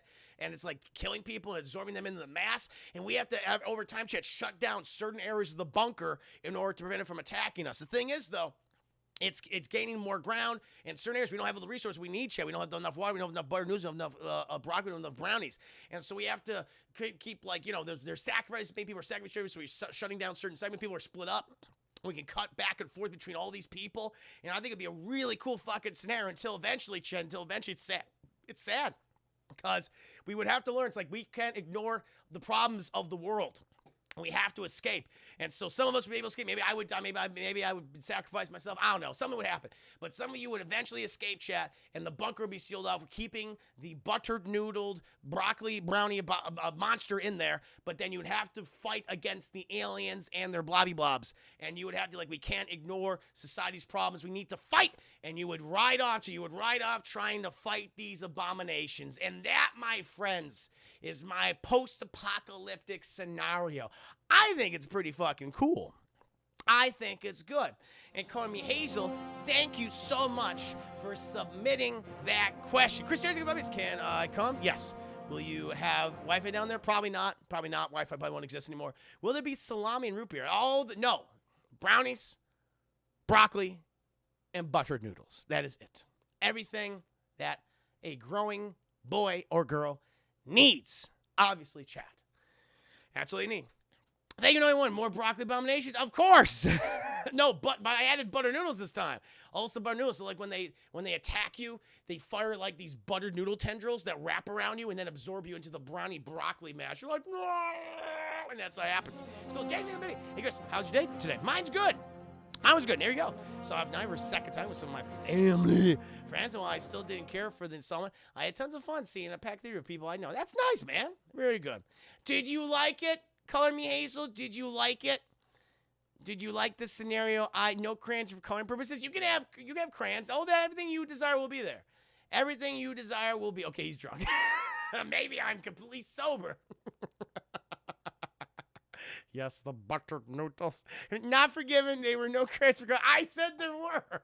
You can have them if you want them. They'll be there. I will take a list. This is what I'll do because you'll be invited. And I will okay, what do you want down there? What do you need? And I'll make sure Coney Hazel, she wants crayons for coloring purposes. I'll be I'll give you, make sure you have a shit ton of crayons down there, like a lot of packs. Because, we're planning to be there for decades, so you're going to need a lot of fucking crayons. You're going to need a lot, no Wi-Fi. I mean, the internet won't exist anymore. Maybe I'll have my own, like LAN service or something. That's what I could think of. But, the outside, the world will be in chaos, chat. These aliens, the blobby blobs, are sending down the blobby blobs to absorb us. But we'll have copious amounts of DVDs, or not DVDs, Blu-rays, a lot of physical media down there, chat, TV shows, movie films, all that shit, video games, obviously, that will be there. We'll have LAN parties every night. It'll be great. It'll be alcohol will be there. I'll have a fantastic good night, chat. I got to clean up after dinner party. Oh, no problem, bro. Thank you for stopping by. Appreciate that. Oh, the party was fun. But there'll be a lot of content down there, chat. No, not the DVDs. Will they be pirated? Yes. They will be pirated. I don't think Chris is drunk. I just think he's batshit crazy. It's a combination of both. Combination of both, my friend. But did you like with the crayons, Crummy Hazel? Is it acceptable? Is it an acceptable, fun scenario? I think it's a really fun scenario. I wouldn't mind actually writing that movie. That's not bad. Yeah, Chris, I hope your streams has been going. It has looked at boss. It has. No, it's been a super fun night. This Class and Glass cast for you. Some of the sass has been good. It's been very fun. No video games down there. What the heck? No, there are video games down there. There are. No video games will be down there, Chad. All the video games will be down there. No, you were. I have chess and Japanese chess go to practice down there and shit ton. All that, all books, all that shit. You get all that stuff. It absolutely would be there. Don't you worry. I'd take care of you, Chad. I'd take care of you. Mm-hmm. I hope you like the scenario, though, calling me Hazel. Now, in regards to the holiday, and I think it would be a good holiday to have. Definitely be on October 1st. Has to be on my Come Hazel. I don't know if that's a good thing. The panda looks mean. Looks like a mean panda. Maybe. Oh, I'm gonna say a maybe. I'm gonna say a maybe scenario. There we go. But if I had a holiday, it would definitely be on October 1st. I gotta come up with a name though. See, I forgot. I'll remember next time. Call me Hazel. You know, matter of fact, I'm gonna make sure. Can I be invited to this? You can. Everyone in the chat right now, you'll be there. You'll be there. Sounds like Fallout meets Critical. Very similar. A little bit of The Thing mixed in there as well. It's kind of like The Thing, Fallout, and 10 Cloverfield Lane. Let me go with what holiday would I create? Question mark. And so now I'll be able to remember. Now. Calling me Hazel. So I'll have an adequate answer for you. Ice cream soup day. Everyone will give each other fans. Exactly. That's what I need. I desire it, chat. I need the fans. And you'll all have, the ice cream flavor will be me, of course, chat. It'll be me, which I've spent much time in a bathtub filled with ice cream, chat, just soaking in my flesh, my tasty, tasty essence, you will. Put it back in the cartons, and then you'll have it. And then you'll have never know. Yes! Yes! The flavor is me. Well, that's what you would find out. I'm actually fucking crazy. I'm like the John Goodman character. What would you celebrate? How would you celebrate? Okay. I'll think upon this, Call Me Hazel. I'm sorry I forgot this question. I want to give you a robust, thick, girthy, well-endowed, curvaceous answer. And I will do so. So ice cream is Chris. Great fucking reveal. Kirby Jack, thank you for the 5 very sad minis. I am the ice cream. we can work with this chat. That would be a great fucking reveal where it's like, oh, this place is great. Except I'm fucking insane. I am the ice cream now. You're eating me. I'm inside of you. You don't want your semen. Not that. No, my skin flakes and stuff. Oh, Lord. Hot. Hope everyone's having a great night. Oh, you don't know anyone. It's been pretty good so far. Keep your seminal ice cream or my semen. Not filled with my semen. It's filled with my body, skin flakes. It's really worse. Oh, this group is making it very easy for us to fill out. You can do it now. Chat. You have everything right here before you. And I would never be killed by the monster. You have because of course, chat, with these movies, you need both the monster threat and the human threat. I would like the crazy despotic fucking king ruler of the bunker, and you'd have to deal with me and my crazy antics. I'd probably get people killed. And then you have to also fight the monster at the same time. It'd be a very interesting scenario, chat. I think that'd be fun. I'd love shit like that. If only Chris and Dad were watching the exact moment. Oh, he ain't watching. He'd be like, yep, that's why I disowned him. You ever check what the heck I walking in? Oh, here's current scenarios. I was asked to create a apocalyptic scenario involving the Revenites, the Juicy Gang. And I created where I was a despotic ruler of a bunker during an alien invasion, and these aliens send down these blobby blobs, basically these things that absorb people, and they take on the essence of these individuals and become a monster, kind of like the Thing. Get into my bunker, and then people would have to survive shutting down certain areas of the bunker to prevent the creature from attacking, but also they got to deal with my fucking crazy ass trying to, feed them my essence ice cream. My ice cream soup, as I call it, which I have soaked vigorously in the bathtub for. It's good stuff. I'm throwing up in my mouth right now. No! No. So that was a great way to end the questions, chat. Color me Hazel. Talk about something else. We can do that. Color me Hazel. Thank you for the question. I will properly answer your question next time. What the Herman holiday would be. What would be the Juicy Gang Revenite holiday? How would I celebrate all that stuff? What the traditions would be? What the food would be? All that. Obviously, what's it called? Nia Brownie, Hagen Herman ice cream. Hagen Herman ice cream soup. This is like Rick and Morty episode where this shit is weird and fucked up. Yeah, I love it, man. Soylent Splooge. I love that. Mr. Herman flavor consists of whiskey, dead skin cells, and sweat. That's not bad. It's kind of tasty. It's kind of like a sweet, salty taste. Chris Skin Flakes, the more than good. They're great. There you go, Chad. Morty, goddamn Morty. Eat the human ice cream, Morty. I don't want to wreck. You gotta eat the ice cream, Morty.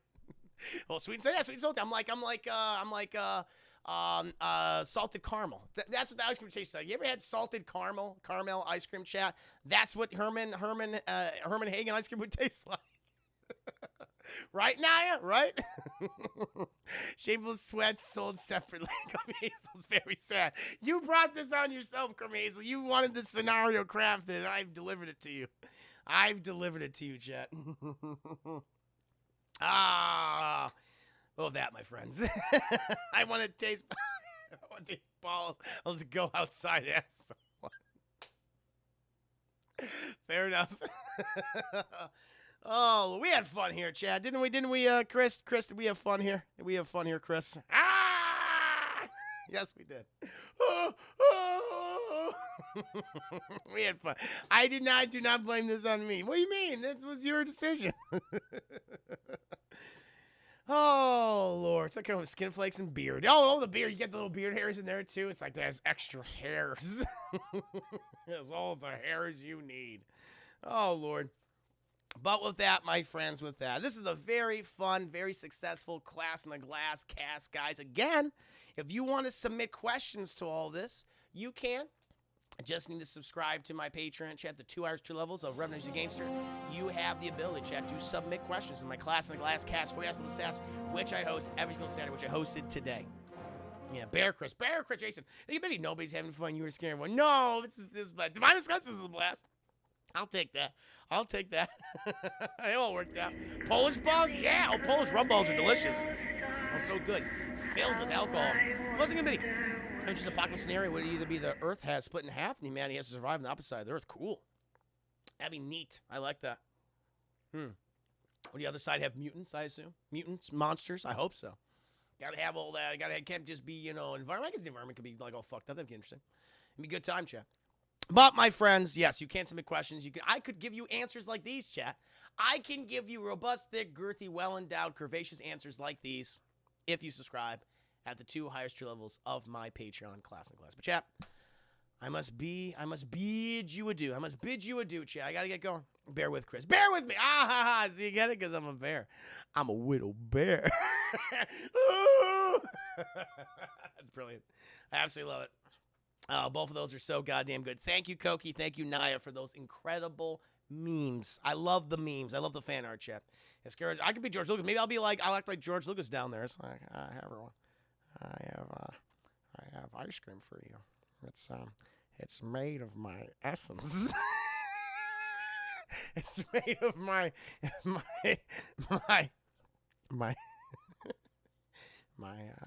sweet, girthy, salty George Lucas essence. What? No, where is Steven? No Mass Effect tonight, Cormiers. I've actually moved on.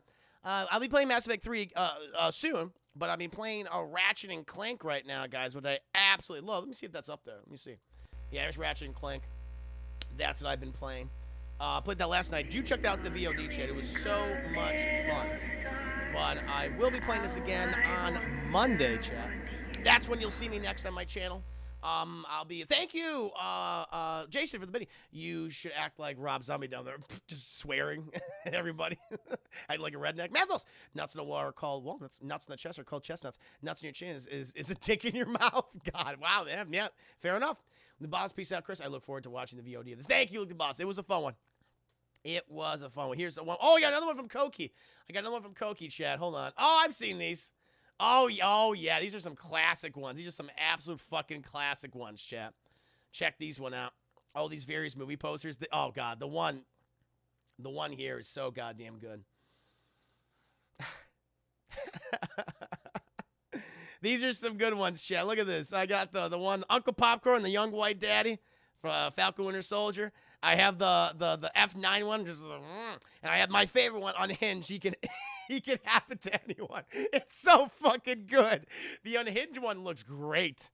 It's just perfect the way it looks. I love the Unhinged one. That's my favorite. Absolutely my favorite.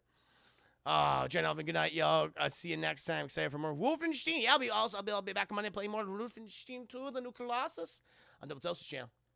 Excellent work, Koki. I love that. Whose body is that? Is that John Cena? Or is that Han? I'm trying to remember whose body that is. Night, Brownie. Good night, Christopher. Good night, Justine. Sweet Moist Council. What are Chris dreams? No. Thank you for 3 biddies. Unhinged is what, Mr. Evans? A little bit. It's up there. I'm living it. I'm living it. See, if only Kurt Russell not Kurt Russell. If only Russell Crowe had a Twitch channel, he would not have murdered all those innocent people. Would have been fine. Wouldn't have been all that road rage. Swedish Girl, I'm sorry. I got to get going. Thank you so much. Thank you so much for being a good sport. Everyone for being such a good sport. Really do appreciate it. Come here, so can I choose again? But I do need to leave you. I'll be back on Monday. Check my own channel. I'll be doing a review for F9. Just a regular review, chat, no spoiler review. Just kind of sharing my general thoughts about the movie. Playing more Ratchet and Clank. Should be fun.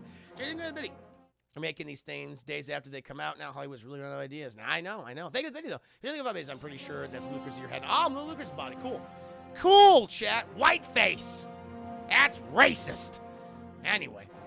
But yeah, I will be back on Monday. I'll be doing all that cool stuff. I'm doing F9 review. Not spoiler review, just kind of my general thoughts about the film. And then more Ratchet and Clank, of course. Yeah, maybe I'll do a tune review as well. I'll be doing a tune review then because I'll have time. Thank you. Oh my God, all the support. Jason, thank you so much for the video. That was Tej Lucas. I got Tej. I'm a hacker now. I'm a hacker. We're going to fucking space, baby. Thank you so much, Jason.